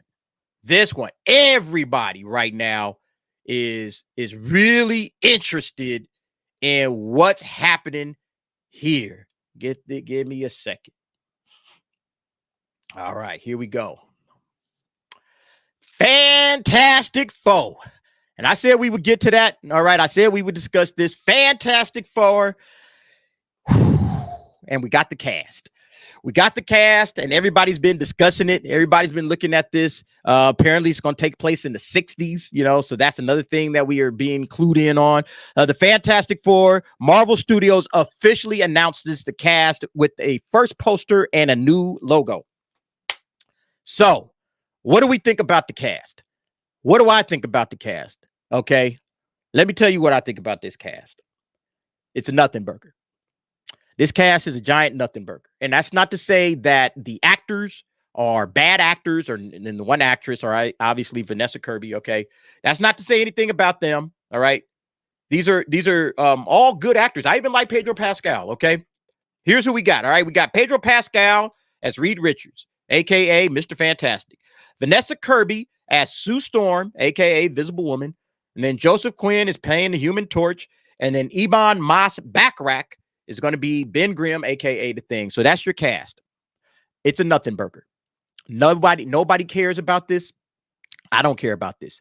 Because here's the thing. All 4 of these actors can act. But the question now becomes, have they waited too long to go into this franchise? Have they waited too long? And based on their current track record, is this going to be trash just like everything else is going to be trash? I don't really care what the cast is at this point, is what I'm saying. I care about the story. All right. I care about the tone. I care about everything else except the cast. The cast, you could have put a lot of different people in this thing. And the cast doesn't give me any excitement. I'm not excited. Oh my God, Pedro Pascal, he's playing Reed Richards. Oh my God, oh my God, oh, be still my beating heart. I don't give a damn about it, man. I don't care. Pedro Pascal, honestly, is overexposed right now. He's in too much stuff. So Pedro Pascal, who cares? Who cares? Is the story going to be good? Are you going to get this thing right? Marvel, you've been dropping the ball everywhere. I don't care about Pedro Pascal. Who gives a damn? That's how I feel about it. That's how I feel about it. I don't care. He's overexposed. He's in Marvel. Now he was in DC with Wonder Woman, right? He's in Star Wars. He's too exposed. He's in too much stuff. He's in The Last of Us. It's like this cat is everywhere. Everywhere you turn up, here go another Pedro Pascal. Like, I don't care. But you see everybody hyperventilating all over line about that. I'm like, I don't care. This is a nothing burger. The most important thing is, does this movie work? Is this movie going to be any good? Is everybody, excited about the cast, but then the movie's trash? Who cares about the cast at that point, right? You can have the best cast in the world, but is the movie going to be any good? That's really the question. And so here's the problem. Marvel, they've been pushing stuff back. They're trying to fit all of this stuff. It's probably going to be connected in some way, shape, or form to the multiverse.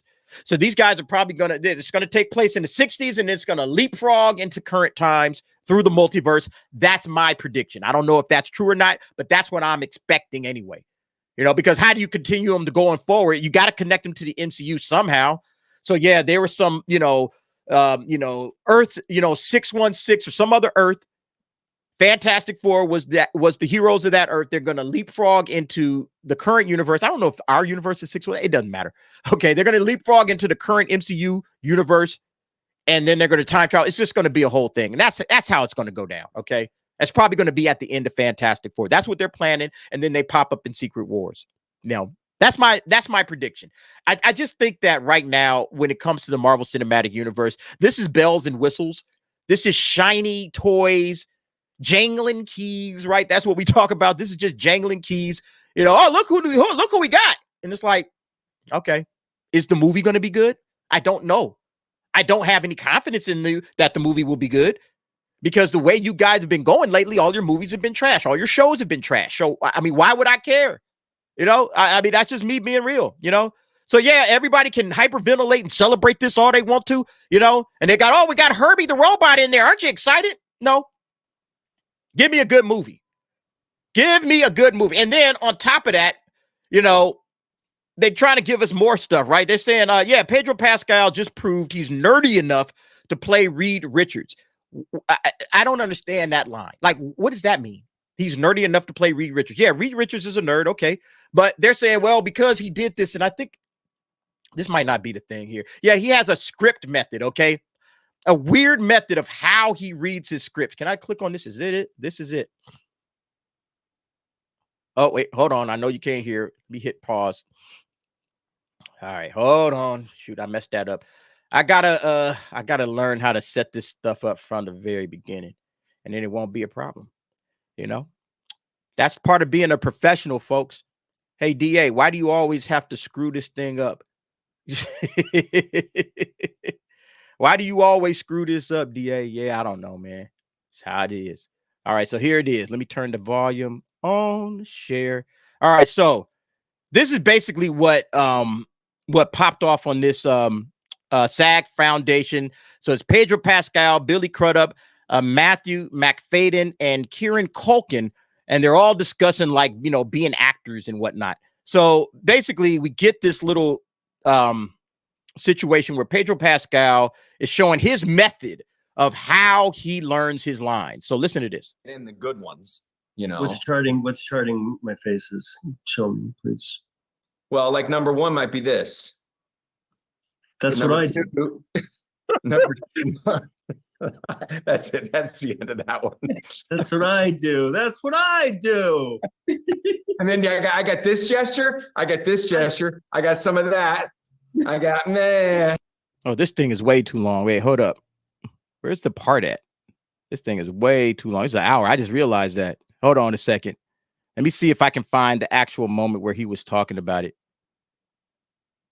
Ah, shoot. Nah, it's like 10 seconds. But basically, he just shows he has this weird this thing right here. Okay.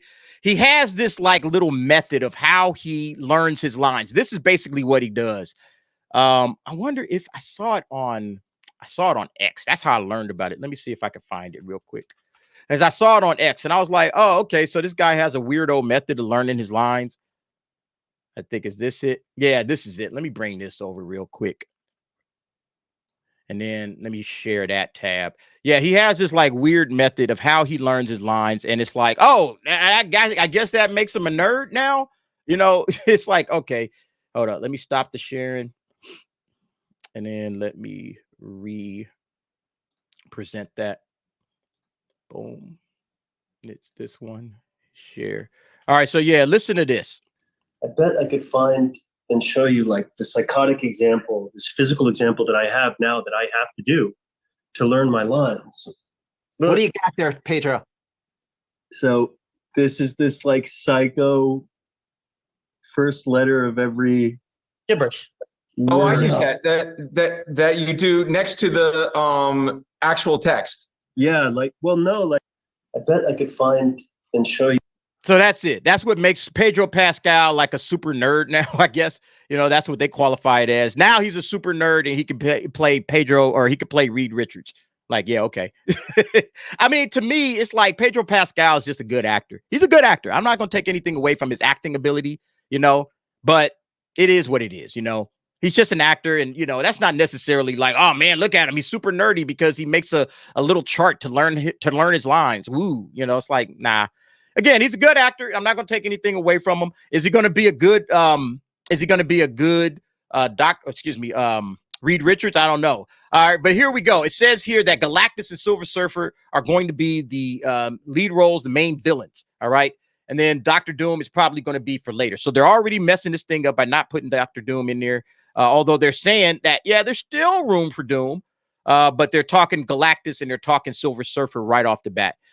So we already know that they're doing a female Silver Surfer, not a male Silver Surfer. They want to add some, you know, I guess eye candy to the Silver Surfer role. So I'm already out just on that alone. You know, I was already out like, okay, if that's what they do, I'm not interested. You know, but again, it's like, why can't they just do the Fantastic Four right?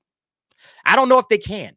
You know, I don't know if anybody can get this right. I don't know if the Fantastic Four can be pulled off in a movie, you know, or a television series. Maybe a television series, you can flesh the characters out more. But, you know, I'm curious as to whether or not they're going to be able to do anything, you know, when it comes to the Fantastic Four. They're going to do this one right, you know. But yeah, so yeah, we're going to be getting Galactus and Silver Surfer. So they're getting ready to cast those roles. So we'll have to see. But yeah, that's it for Fantastic Four. Those are my opinions right now on the early information that we've read. You know, I'd be interested to hear what you guys think about it, because to me, it's still not I guess, it's not a franchise that I think that Marvel is going to be able to get right. You know, that's basically how I look at it. Let's see what y'all talking about. Parker, what's the point of having them do this convoluted multiverse hot crap? Just introduce the MCU versions in the MCU, not from another universe. I guess maybe they're thinking, well, if the Fantastic Four had been in existence, you know, throughout this whole thing, like, why are they just now popping up? Like, I don't think they want to do a full-on origin story. I think they want to just have the Fantastic Four there. You know, we already know what happens, you know, cosmic rays, blah, blah, blah. So I think they just want to have the Fantastic Four just pop in, be there. Right, cool, there they are. And now just introduce them, throw them into the MCU and let them go without having to do some kind of a long origin story that we've already seen, you know? So I think that's kind of the thing. Everybody's kind of tired of the origin story films, you know, the origin story where the heroes, just regular, normal people, then everybody gets their powers. And then somehow they have to deal with the threat that came at the same exact time that they got their powers, you know, like, you know, how they've done with the Fantastic Four, you know, they kind of linked all of that stuff together. I think that's the reason why they just want to have them hop around from universe to universe. That's just an easy way, a lazy way. Let's call it that, Parker. I think you're right about that. It's just a lazy way of introducing characters, you know, sadly and unfortunately. Let's see what we got here. Papa Palpatine's Pizza Padawan, Doom. We just need a great Doc Doom. I 100% agree, man. I've been waiting on Dr. Doom. I thought they was going to put him in Black Panther. Everybody was talking about, oh yeah, he's going to be in Wakanda forever. Didn't show up.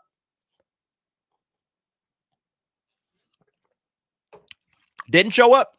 And to me, you needed Doom to really get to Secret Wars. You know, but they're dragging this thing out because they're trying to do all of this MCU crap, and it's like they don't have a good game plan. You know, they don't have a good game plan. Eddie Wise, do you hate Marvel? No, I don't hate Marvel. I don't hate Marvel. I'm a DC guy. I love DC more than Marvel, but I don't hate Marvel. What I think is Marvel has simpler storylines that they shouldn't screw up. Like DC, I can see DC. DC's complicated. There's more complicated stuff going on with me, in my opinion, than DC. With DC than Marvel. Marvel is straightforward to me, you know, and you should be able to nail Marvel without sweating it too hard, you know.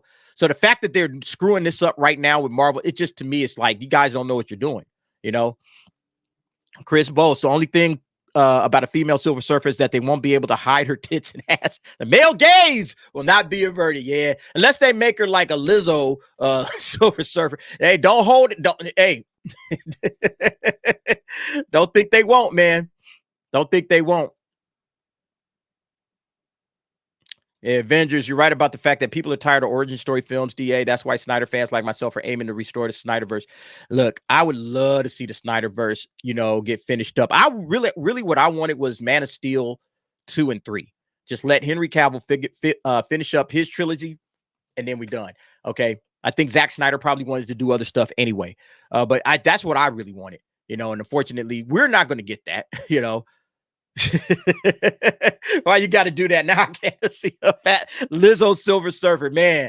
Hey, listen, I'm just keeping it real, bro. This is the era of whack woke Marvel. Okay, this is what we getting now. The fact that they're even doing a female Silver Surfer, you got to start thinking this way. Okay, you got to start drawing conclusions. What are they going to do? They're going to screw this up some way or somehow. All right, Dr. Doom would be a great recurrent villain. Yes.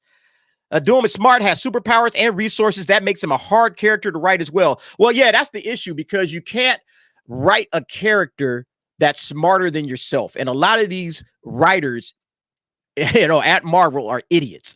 You know, they're woke idiots, and they're more interested in their own, you know, personal lives. You know, like they do self-inserts all the time. So they don't have the intelligence to write a character. You would actually have to go out and find intelligent, like, screenwriters that, you know, have a more broad worldview.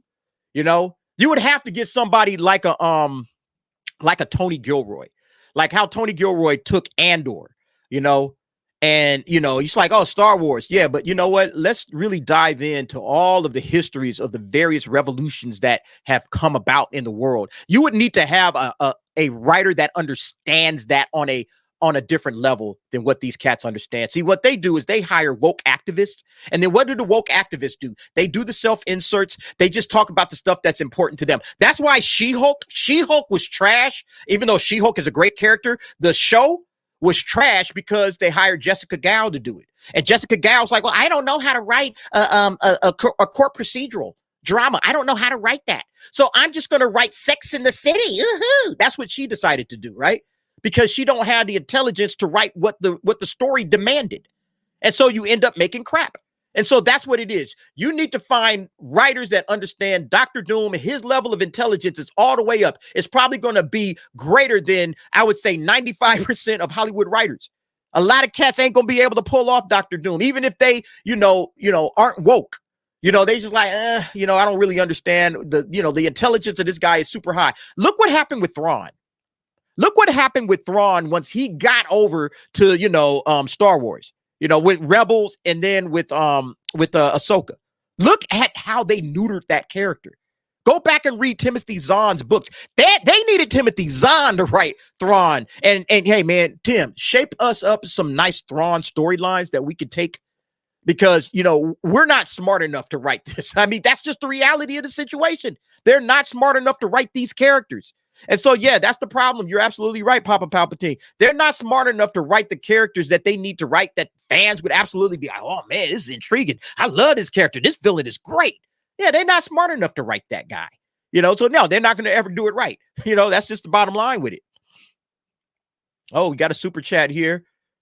Super chat, Pilgrim Media. I've been enjoying your takes. $2. Appreciate that. Thank you very much. Appreciate you. I think this is your first time here, and I want to welcome you to the DA's office. Thank you for showing up and appreciate the $2 super chat. Everybody, look, I'm humbled by all of this stuff. Believe that. I'm humbled. I'm always humbled by the fact that you guys like what I got to say. I'm just running my mouth, honestly, a lot of times, but it's all honest. It's all how I really feel, but I'm just like off the top of the dome. Here's what I think, here's what I think. And so I appreciate the $2. I'm glad you've been enjoying the takes. Hope you subscribed, come on back. Uh-oh, we almost at 7,000. Come on, people. All right, let's see where we at. I'm just refreshing on my side. We are at 60. All right, so we got another one. All right, we got 8 more to go. If you haven't subbed, appreciate you if you did. And when I get to 7K, like I said, it's going to be a great moment. But the real moment is 10K. I'm looking forward to 10K. All right, that's what I'm interested in. All right, let's get to the next topic. Hey, Nighthawk, thanks for moderating and keeping things in check for me out there. Let me see. Oh, yeah, exactly. Dr. Doom is far smarter than Tony Stark's and rivals Reed Richards. I mean, I had this conversation with my brother, and we were talking about this. And it's like, you think Tony Stark is smart? You ain't seen shit compared to like Reed Richards and Dr. Doom. Jeez, you ain't seen nothing yet. A lot of people ain't aware because Reed Richards hasn't really been pulled off very well. Not people are not aware of the intelligence of these characters. And so it's like, how do you do this when you don't have intelligent writers, like people that are not anywhere close to the intelligence of the characters that they're writing? You cannot write a character smarter than yourself, So if we've seen Dr. Doom one way and then these idiots come in and write him, it's just going to be, he's neutered. Like I said, it's going to be just like Thrawn. Thrawn is an intelligent, brilliant tactician. And in Andor, or not in Andor, in Ahsoka, he looked like a complete boob. He's just a complete moron. Like, whoa, hey, whoa, this is Thrawn? Oh, my God, man. They ruined him, Animation critic, the DA, can you read mine? Where are you at? Let's see here. Here we go. Even though The Incredibles made a stereotype of the whole jaded young fan turned foe, but what they did with it was intelligent.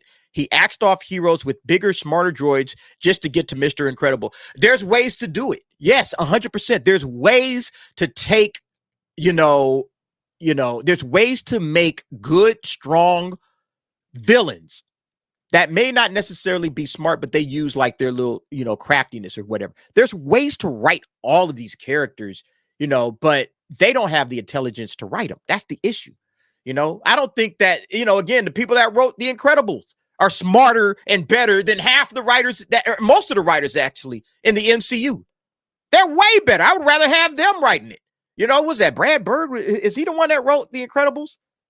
Who wrote The Incredibles real quick? I would rather have him do it. Was that Brad Bird? Yeah, Brad Bird. Yeah, he wrote it and directed it. I would much rather have Brad Bird working on the MCU than all of these knuckleheads that's currently working on the MCU. 1,000%, man. 1,000%. There's no way in the hell, man.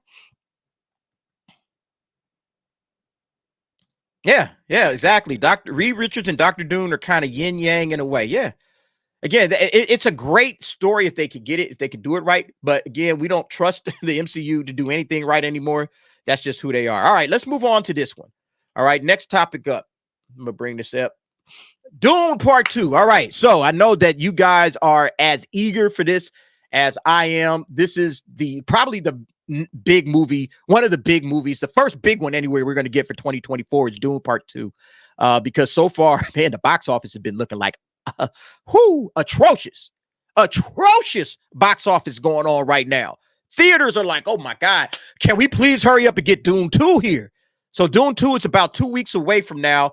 Some of the first reactions have been coming in, rave reviews, topped by critic who claims it's the definitive sci-fi epic of a generation. So they're saying this now, this is it right now. Dune Part 2 is it.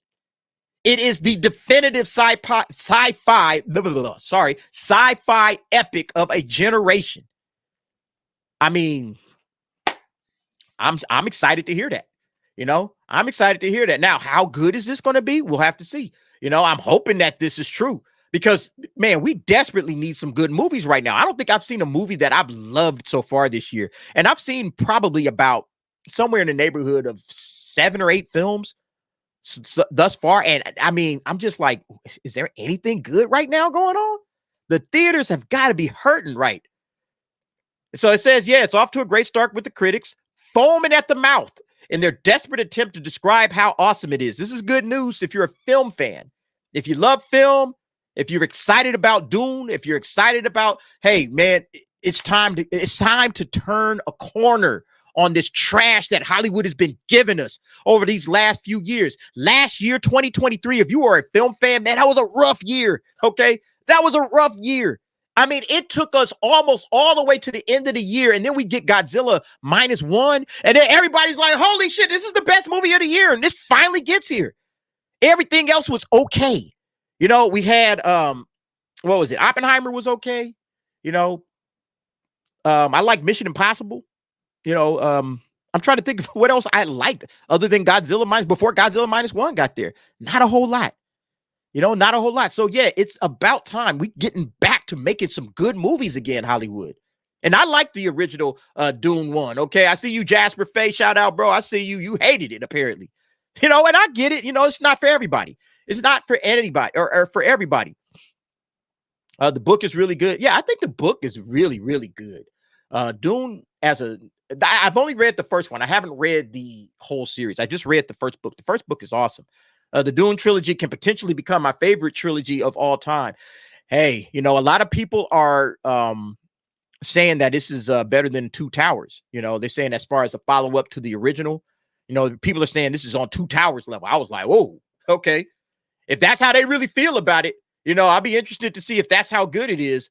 But yeah, let's look at some of these comments here. Early reactions. Dune Part 2 is not only Denis, that's how you say his name, right? Denis Villeneuve. Denis' magnum opus is the definitive sci-fi for a generation, Film Speak host Griffin Schiller wrote. A tragic tale of blind fanaticism and corruption, a spectacular, soulful, awe-inspiring masterclass of aesthetics and mood, beautifully echoing Paul's turbulent journey, left me speechless. Like, that's dope. That's the kind of reviews you want to hear, all right? That's the stuff you want to hear from these cats. Let's see. Dune 2 is damn impressive, wrote playlist Gregory Elwood. Villeneuve, I'm not sure how to spell this and pronounce this cat's name. Crafts some truly visionary moments. Austin Butler gives a truly transformative performance. I'm not talking makeup either. Very moving ending, a wee bit long. Yes. Did I forget I saw it the next day? Yes. Still going to be massive. All right. So this person said, yeah, he forgot he saw it the next day. So maybe it's not memorable. I don't know. We'll see. All right. Denis Villeneuve sticks the landing with Dune Part 2, a fascinating, terrific character study told on a glorious, grand sci-fi scale. Timothy Chalamet and Zendaya are incredible in it. The set pieces are jaw-dropping, and the supporting cast elevates all the rest. So, I mean, yeah, these are great. Yeah, here's the one.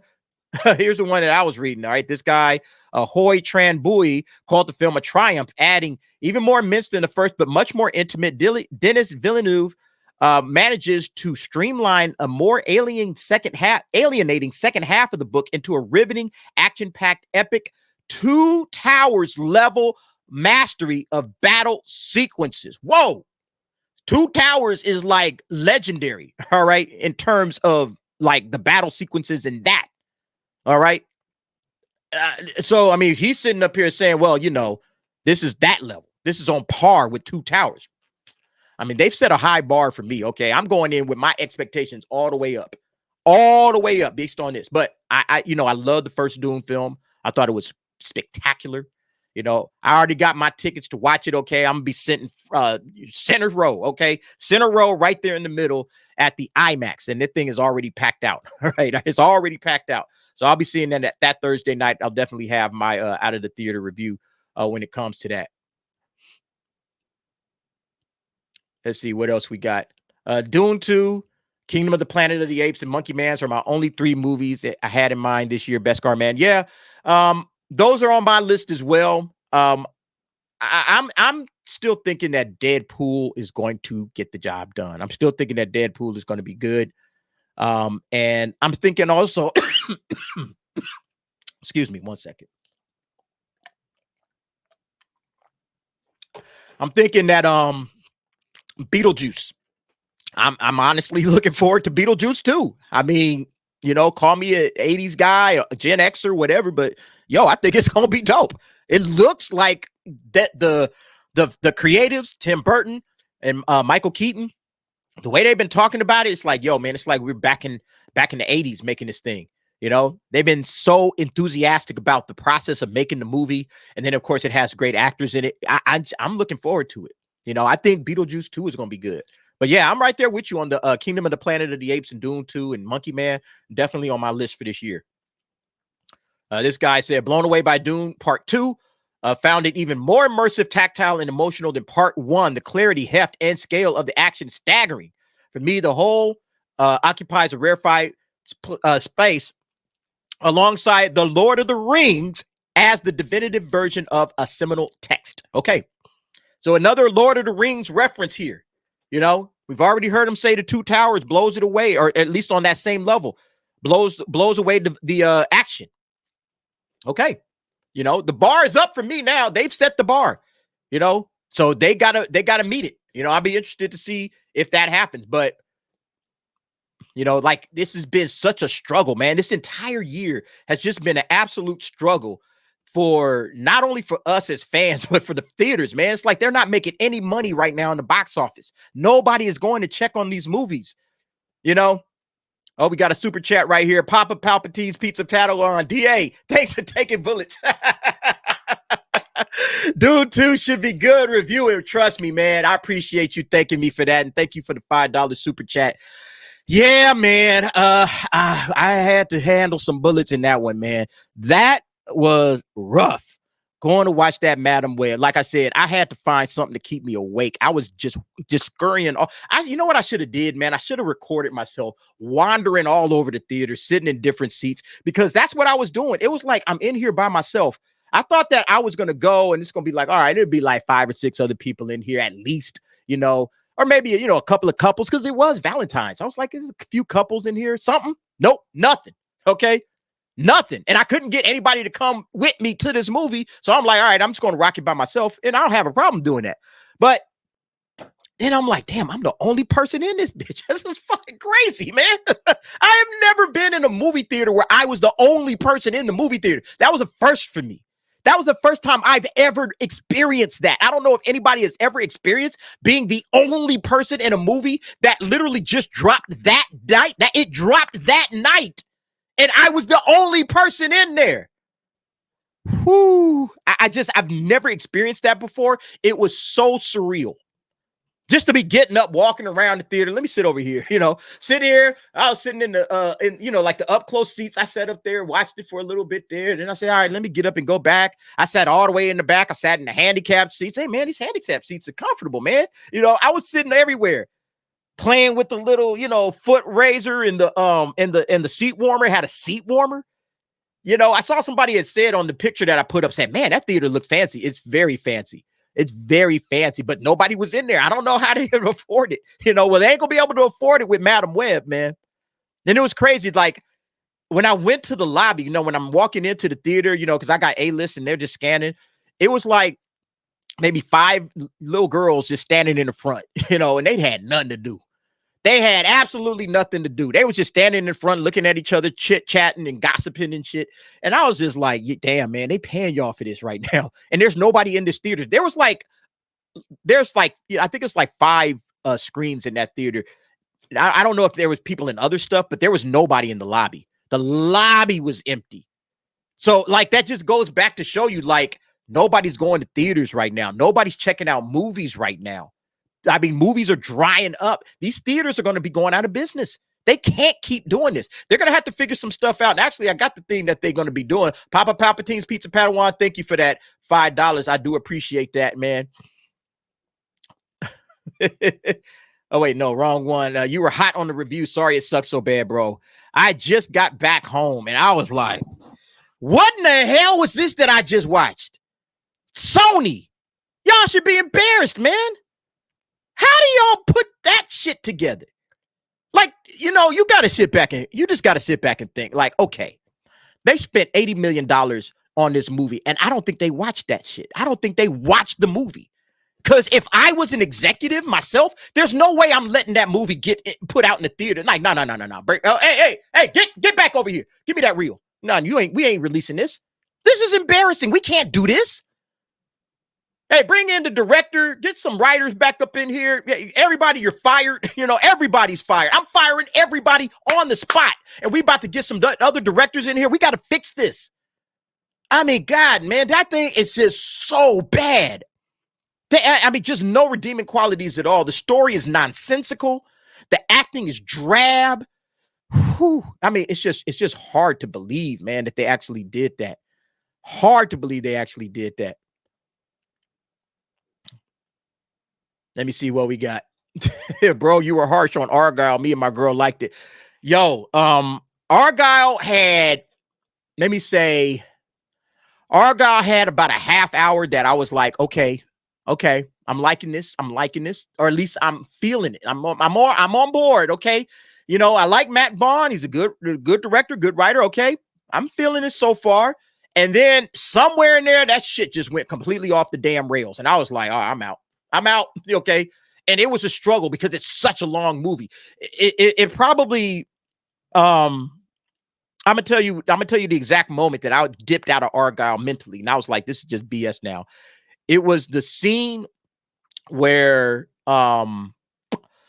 what's her name? Bryce Dallas Howard, and she's with Samuel L. Jackson, and then they realized who she was. And I was like, you mean to tell me that this chick, yeah. Now I'm not gonna spoil it for you, but it was that moment in that scene with Samuel L. Jackson and Bryce Dallas Howard. I dipped, I was done. I said, this is stupid. This doesn't even make sense, you know? And I should have saw that twist coming based on how everything else was being set up. But yeah, it was bad. It was just terrible, man. So no, I dipped out of Argyle at that point. Man. Yeah, Hollywood Burn. I still love your reviews and opinions, mate. Appreciate that, Hollywood Burn. Thank you so much, man. Yeah, you know, the thing is that I like Matt Vaughn. Okay, I like Matt Vaughn, and I was hoping for more.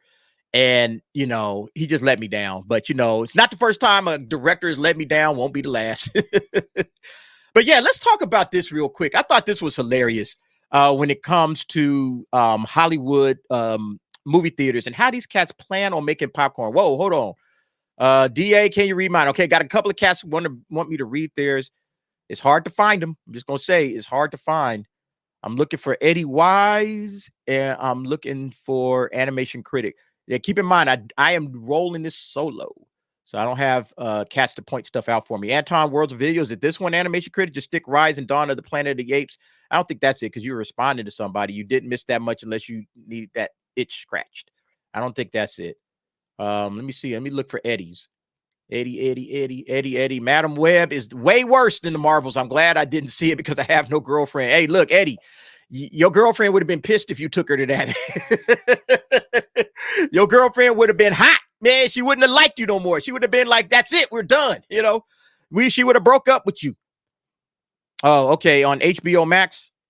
Let me see this one right here. I'm actually surprised he stuck around because himself and Nolan, just to name a few, yeah, felt betrayed by WB because of formerly named HBO Max. Yeah, because they went direct to streaming with those movies. Yeah, 100%.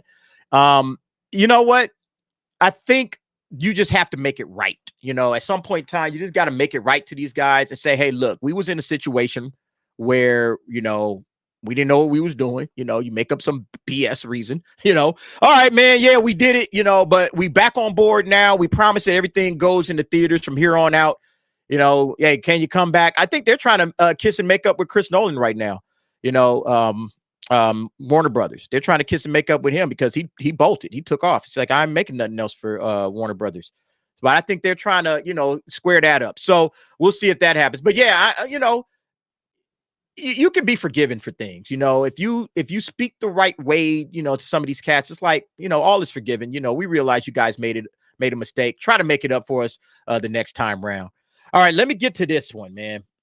This one's a fun one, in my opinion. I think this is hilarious. So Dune Part 2 is going viral for the sandworm replica popcorn bucket that some joke is NSFW, not safe for work. And yeah, these sandworm buckets, that's a picture of one right now, and everybody's got some jokes about this situation. Everybody's saying, what you gonna do with this bucket? You know, what's going on with this bucket? This bucket look kind of interesting. What you gonna be doing with this bucket? You know, what's going in here? Sure as hell ain't gonna be popcorn, you know?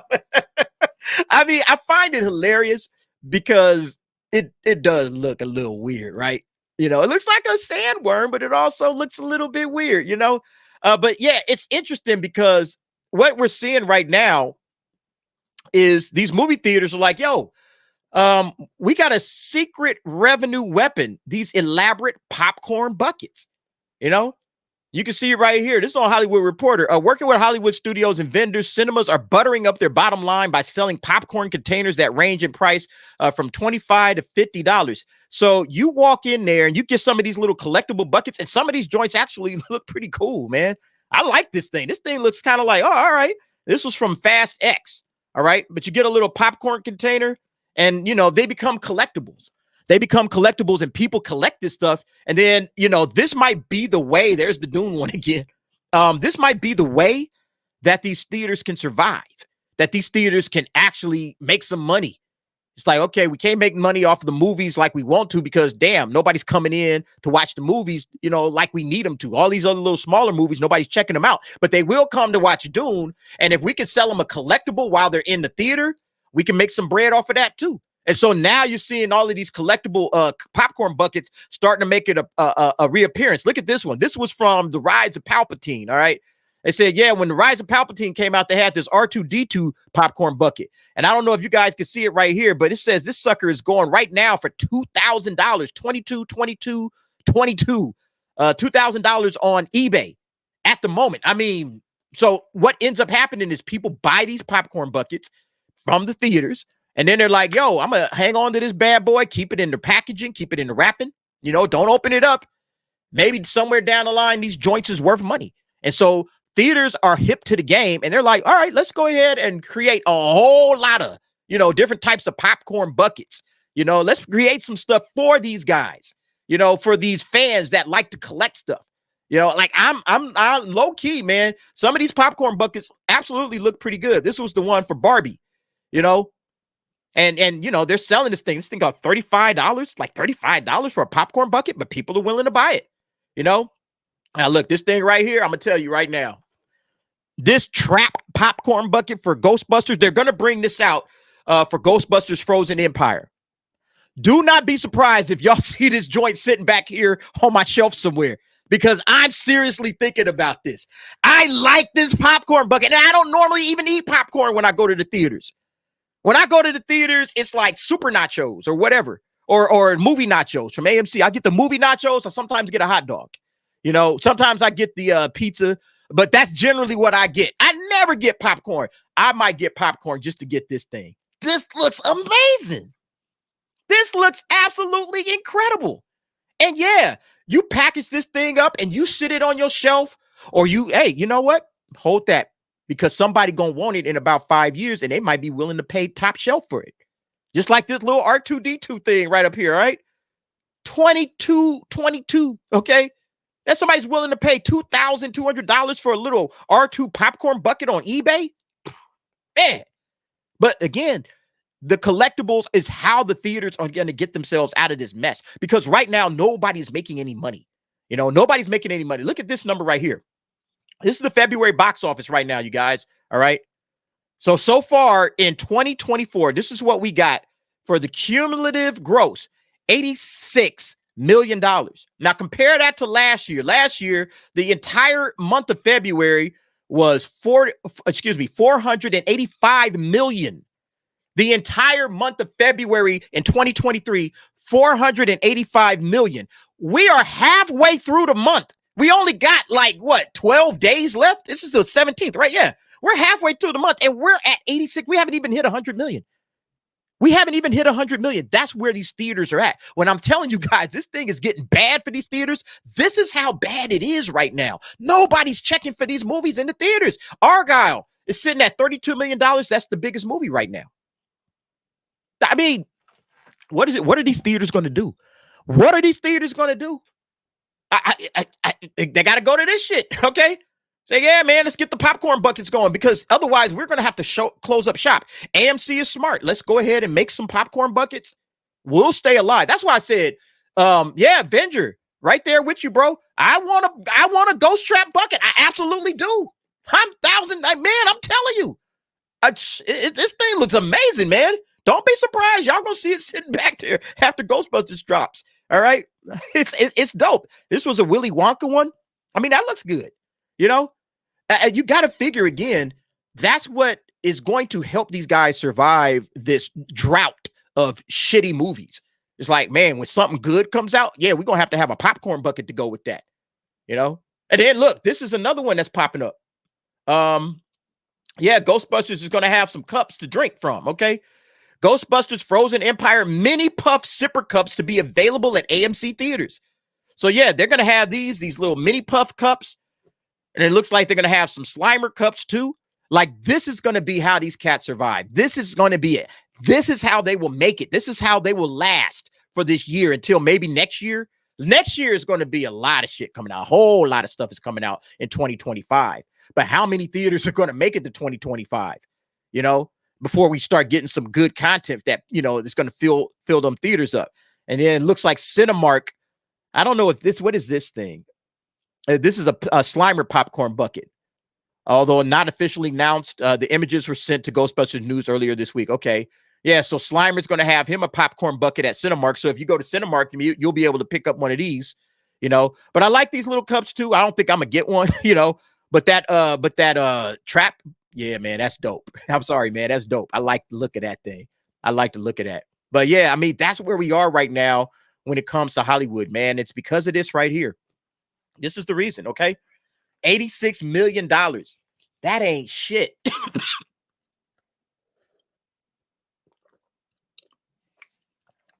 It's hard to talk so long without really a break. This is why I like having tea.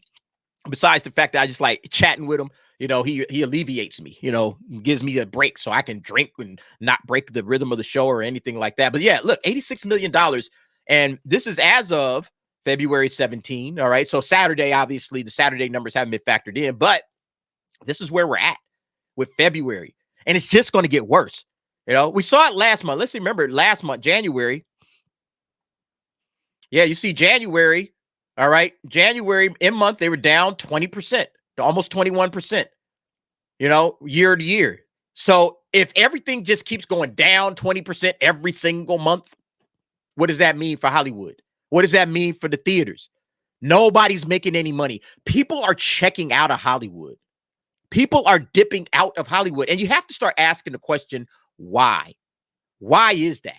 Why is everybody dipping out of Hollywood and nobody's interested in going to the movies anymore? You know? Avenger, I'll be wanting 2 Ghostbuster popcorn buckets. One for me and one for my nephew-in-law. He's nuts on Ghostbusters. Look, I'm looking forward to it, man. I'm absolutely looking forward to Avengers Rising. That popcorn maker is amazing, DA. I'd pay for stuff like this big time. I'm telling you, man. That thing is going to sell, man. You know, say what you want. This thing right here, I guarantee you people are going to be picking this up. This might be one of them joints just like, yo, let me make sure I order that on the app and it's ready and waiting for me, because I think a lot of these things, they just going to be moving, okay, when Ghostbusters is out. I think these joints is going to be moving. Everybody's going to be sitting with one of these in their lap. They might be having 2, one to eat out of and one to keep packaged up to maybe sell on eBay one day. You know, that's how I see it. But yeah, I mean, it is dope, man. This looks good. It'll take you 4 days to eat all the popcorn, man. I don't know about that. Chris Bolts, I don't get those types of buckets at my Harkins theater. Maybe I need to start going to AMC. Like, Harkins is a great theater. I like Harkins. I do. I like it. But like, AMC has more, you know, than just comfortable seats, you know. So it's like, yeah, you got the A-list. So it's like, man, I could watch 3 movies a week, you know, for like $25, you know, whatever a month. Yeah, I go to movies enough to do that. So, okay. Yeah, I can get with that. You know, Beskar, I'll take the Stay Puffed one. Yeah, that one looks good too, man. That one looks good. You know, I do like it. I do like it. What else? Antoine, I never noticed any drop in the energy or the flow in the stream. Well, thank you. I appreciate that, man. Like I said, it's rough because you're talking to yourself pretty much for, 2 hours, when T don't show up or if I don't have a guest or anything. But, I try to keep the topics lively, try to engage with you guys because that's really what I want to do is really want to engage with more of you guys. That's why I read so many of your stuff. Even if you don't send in the super chat, I try to read it anyway because ultimately, the super chats I look at the super chats as your way of saying thank you. And so we'll spend time like, oh shoot, there's another one. See, I'll be missing these super chats. NMAC, I think this is your first time here, man. Thank you. And just for the trauma of having to watch Madam Web. Thank you so much, NMAC. I appreciate that so much. Thank you very, very much for the $10. Yeah, it was trauma. It was very traumatic. I'm not going to lie about it. It was rough. I was struggling that entire time trying to keep my eyes open. Because here's the thing is, I got a day job. I just got off work, okay? I just got off work, and I was like, okay, I can make the showing here, and, traffic shouldn't be too bad. I should be able to get to this theater, watch it. We should be good, okay? But I was tired. So I was like, all right, I'm good. I'll go ahead and I'll watch this. I'll try to do an out-of-the-theater review right when I'm done. But it's weird. Like the theaters that I go to, they always have like licensed music playing outside the theater. So I either have to walk all the way back to my car to do an out of the theater review, or I'm gonna have licensed music and the video gets pulled. But after that, I was so pissed. I was like, I gotta get home and collect my thoughts on this one. I don't think I can do it out of the theater on this without just cursing, like going all the way off. And plus, it gave me an opportunity to just like sit down, get in a comfortable environment, and just do the review that way. So that's how I did it. So yeah, NMAC, thank you so much. Appreciate you being here. I think this is your first time here, at least the first time I've noticed you. But I appreciate you coming through and spending some time with us this evening. But yeah, it was traumatic. And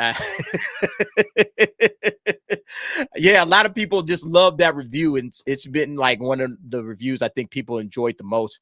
I'll definitely do more reviews like that. Just like honest, straight out of the theaters. I'm trying to do more out of the theater reviews this year. I haven't. What do I have coming up next week? Because I got a movie coming out. There's a movie coming out next week, and I know I wanted to do an out of the theater on that one. Let me look at my A-list joint right now. What's coming up? Oh, Demon Slayer. Yeah, Demon Slayer is coming out next week. Oh, but that's the same day that Avatar comes out. Whew, there's a lot going on that day, isn't it? Well, I'll be going to watch the movie. But I also want to get Avatar The Last Airbender watched and reviewed.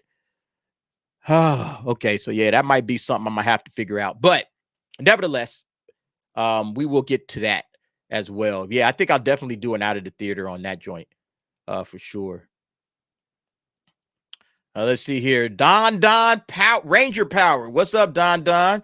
Ghostbusters Frozen Empire is the only Columbia picture I'm seeing at a cinema this year, and I'm so hyped about it. Look, I think it's going to be good, but I have my guard up, and I'm hoping that, all this stuff that we've heard about it being weird on a real Ghostbusters kind of level, I'm hoping that that's true because I love the real Ghostbusters, the animated cartoon back in the 80s. I love that. One of my favorite cartoons of all time, especially a Saturday morning growing up. You get up, grab your bowl of cereal and sit down and watch the real Ghostbusters. Man, that was childhood, loved it. So I am hoping and praying that it's good and that it, pulls some of that vibe from there and, it has the original cast, minus obviously Harold Ramis, but it has the original cast involved. So it looks like it's going to be a lot of fun. My fingers are crossed, because we've seen them screw all of this stuff up before, so I'm hoping that it's going to be great. Has Toxic Avenger remake with Peter Dinklage as Toxic come out yet? I don't know. I am not sure about that. I don't think it has. Let me look that up real quick. I know they were doing it. Let me see. Nope. Not with Peter Dinklage. They had one last year. I don't think I saw that. Was that with Peter Dinklage? Oh, it is with Peter Dinklage. Yeah, there it is. Where did it come out at? It said it came out last year.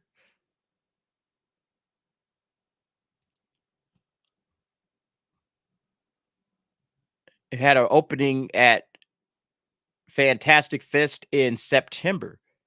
I haven't seen it. So wait, how do we watch this? I didn't know it was out. How do we see this? It doesn't say. Maybe it still hasn't released. Maybe it was just like one of them film festival joints, but it didn't release to the world yet. I don't know. I'm gonna have to look into that. That one, that's one I definitely want to watch. All right. Never seen Demon Slayer, but my nephew loves it. Is it too kid oriented? Huh? Is Demon Slayer kid oriented? Hell no, it's not kid oriented. It is good. Okay. It is absolutely 1000% great. It is a great anime. Okay. But I wouldn't say it's kid oriented at all. Okay. No, it is not for kids. It is absolutely not for kids. It is a brutal, bloody anime. Lots of violence, lots of blood, lots of just decapitation. I mean, you call it whatever you could think of, it is. All right. It's horror, it's blood, it's Demon Slayer, but it's great. Holy crap, it's great. Okay. I got Demon Slayer stuff all back here, man. It's one of my it's one of the best animes ever made, and the animation is just on point. Animation is gorgeous anime, but yeah, that's another one. I take it back. That one's going to do very well in the box office. I expect that one to do absolutely some good numbers in the box office next week. I do think that one's going to make some bread. I do believe that one's going to make some bread in the box office. Eddie Wise, Derek, what is Madam Web equivalent to?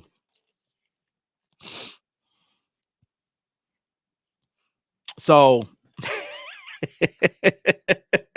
y'all probably saw the review. Y'all know what I said it was. Okay. It's equivalent. If you like Madam Web, all right. If you are somebody that enjoys Madam Web, this is what I said on my review. That's equivalent to somebody coming into your house, beating you all the way up. All right. Just beating you down to the ground. All right. Knocking your teeth out of your mouth, kicking you in the gut, slapping your girl around, trashing the house, taking a dump in the corner, shooting the dog, eating the food out your fridge, and then just walking out, drop the remote control on your chest, talking shit as they leave. Right? That's basically the feel. If you like that kind of action, yeah, Madam Web is for you. Okay, go watch Madam Web. If you like somebody treating you like that, that's what Madam Web did to me. That's how I felt when I walked out of that theater. I felt like somebody just abused me, beat me down, stole my money out my pockets, slapped me around, slapped my girl around, just like, what the hell? What just happened to me, man? This is abuse. I mean, golly, man, it was garbage, man. It was garbage. Thanks for the opinion, DA. I'm more old school anime than the new ones. Thanks, man. Yeah, I'm old school anime too, but the new stuff is definitely, good. 1 second.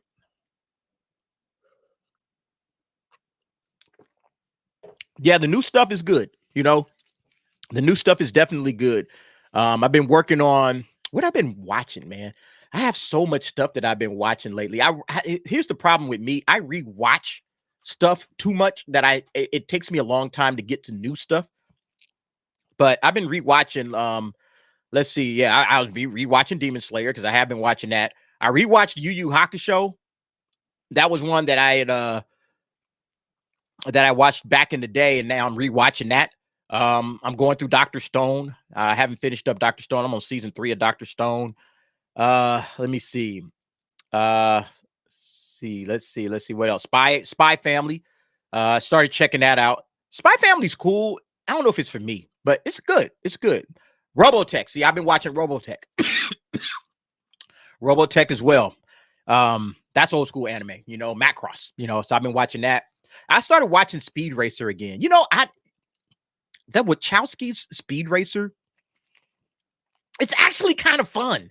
I know it's not a great movie, but it's fun. It's a lot of fun. I actually like the Wachowski's Speed Racer, and I know a lot of people don't. I know a lot of people think that it's garbage. It's one of the worst movies ever, but it's actually a lot of fun. I mean, I do like that movie, for what it's worth. It's not great, but it's fun. Sometimes movies can just be fun, even if they're not great movies.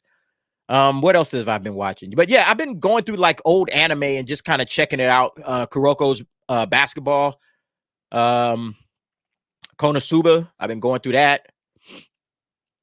Yeah, Yu Yu Hakusho. Yeah.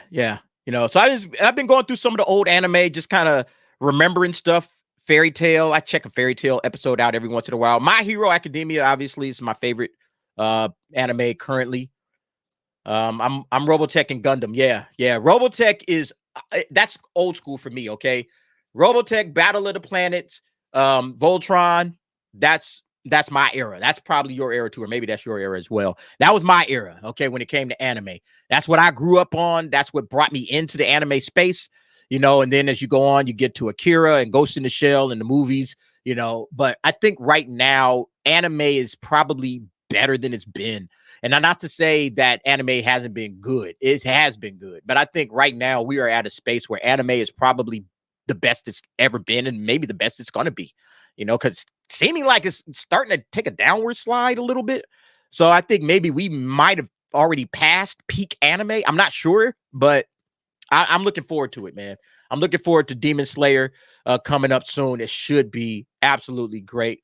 I've never seen any of the anime, but I like Alita Battle Angel. Yeah, Alita Battle Angel is a good one too. Okay, Battle Angel Alita, I think is the official name from the series. It's good, very good. Pokemon. My kids grew up on Pokemon, man. Pokemon was what my kids watched, and I watched it with them, and it was always fun. But it felt like that's more for them.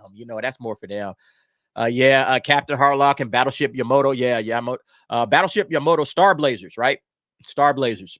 Great, man. Great series. Fairy Tail, yeah. Fairy Tail, to me, it's great at the beginning, and then it just gets super convoluted, as we get into all the various storylines and stuff with, what's the name of the dragon? The other guy? Not Natsu, but the other dude, Yagneil or something like that. That guy, I'm like, okay, man. Once they started getting into that stuff, I was like already checked out. But I like the beginning, the early stuff. Bleach, love Bleach, man. Bleach is great. Like the early 2000s is probably where anime, really started capturing everybody's attention. And that was, of course, One Piece, and that was Bleach, and that was Dragon Ball. Well, no, Dragon Ball Z had already been out there. One Piece and Bleach, definitely Naruto, like that era, and to me, like the stories that they have now have kind of leaped past those, even though they're all kind of derivatives of those, but those original animes, One Piece, Bleach, Dragon Ball Z, Naruto, even Yu Yu Hakusho, even though that was like predated that, but Yu Yu Hakusho was great. All of those, like that era of anime it'll never be touched.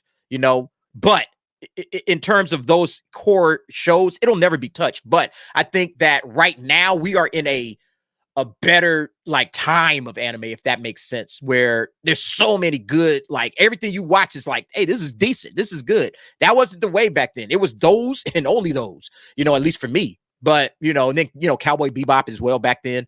Man, there's so many great animes, man. That's why I want to really get an anime channel going, because there's so much to discuss with it. And I'm probably going to end up eventually getting to that point. I've already kind of drawn it up. We'll see how it goes. Terrifier 2, Terrifier 3. A lot of people are talking about that. Will Terrifier 3 have a wide release? I want to see it. I sure as hell hope so, man. Let me look that up real quick. Yeah, I didn't know anything about Terrifier or Terrifier 2 until Terrifier 2 came out. I didn't know nothing about the original. And then I saw Terrifier 2, and I was like, whoa, this is awesome. I did a review on that. I was like, this is incredible. We gotta like make this guy like the next big horror villain. So I really want to see if that's going to get a wide release. It doesn't say it. It's coming out October of this year, right? Yeah, it's coming out October of this year. But it doesn't say whether or not it's wide release or not. I have to believe it's going to be at least on the release schedule that the last one was, Terrifier 2, and maybe they extend it. I would have to think. Art the Clown, bro. Art the Clown. If y'all are not like checking for Art the Clown, if you guys are not into that, you're not a horror fan. All right, in my opinion, you are not a horror fan at all. You know, I started with Bubblegum Crisis. The pacing for Naruto is way too slow. It is, man. My kids love Naruto, man. They swear by Naruto, and I'm like, I like it. Don't get it twisted, but yeah, it is. It is kind of a slowly paced joint, but it's good. It's a good. It's very good, no doubt about it.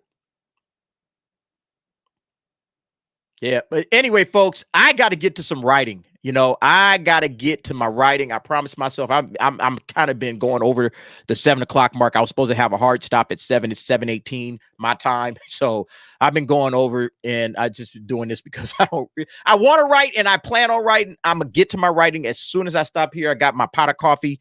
Probably getting cold. Might need to heat it up a little bit, but that'll do it for tonight. Thank you all so much. Thanks for the super chats. Thanks for the love. Thanks for the conversation about all of the stuff that we love talking about.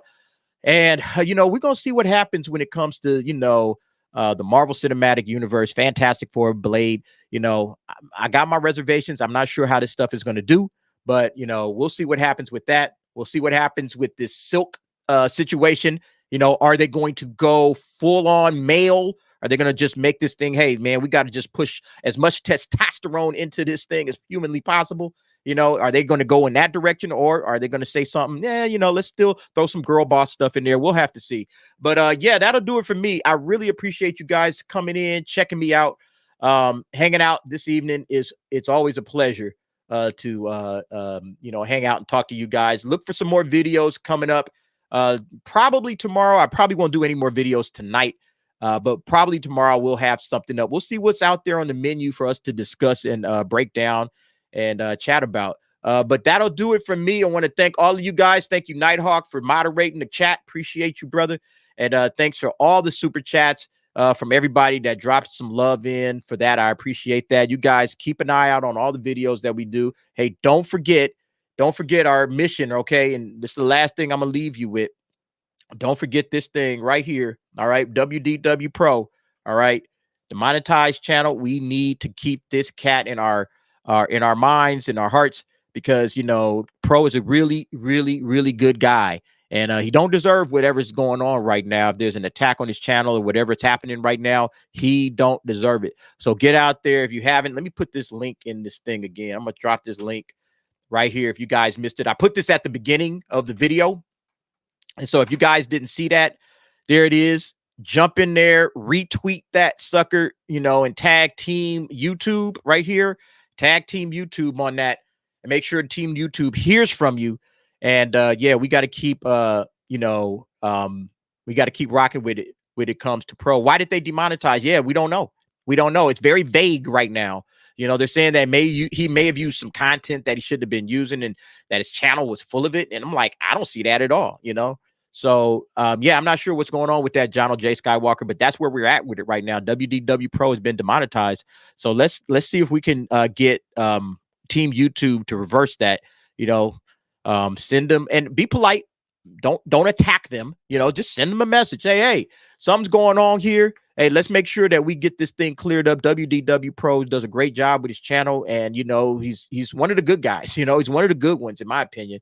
So, you know, make sure that we're on top of this. You know, this is your weekend assignment, okay? If you don't do anything else for me this weekend, you do that, okay? Retweet that, jump on Twitter and do that, so that way we can, you know, we can help out Pro, because he's a good dude, and he don't deserve what's happening. All right, but that'll do it for me. I'm gonna let it go at this point. You guys, I appreciate you, every last one of you. Once again, thanks for coming out to the DA's office. And guess what? I'm outro. We'll see you next time. Peace.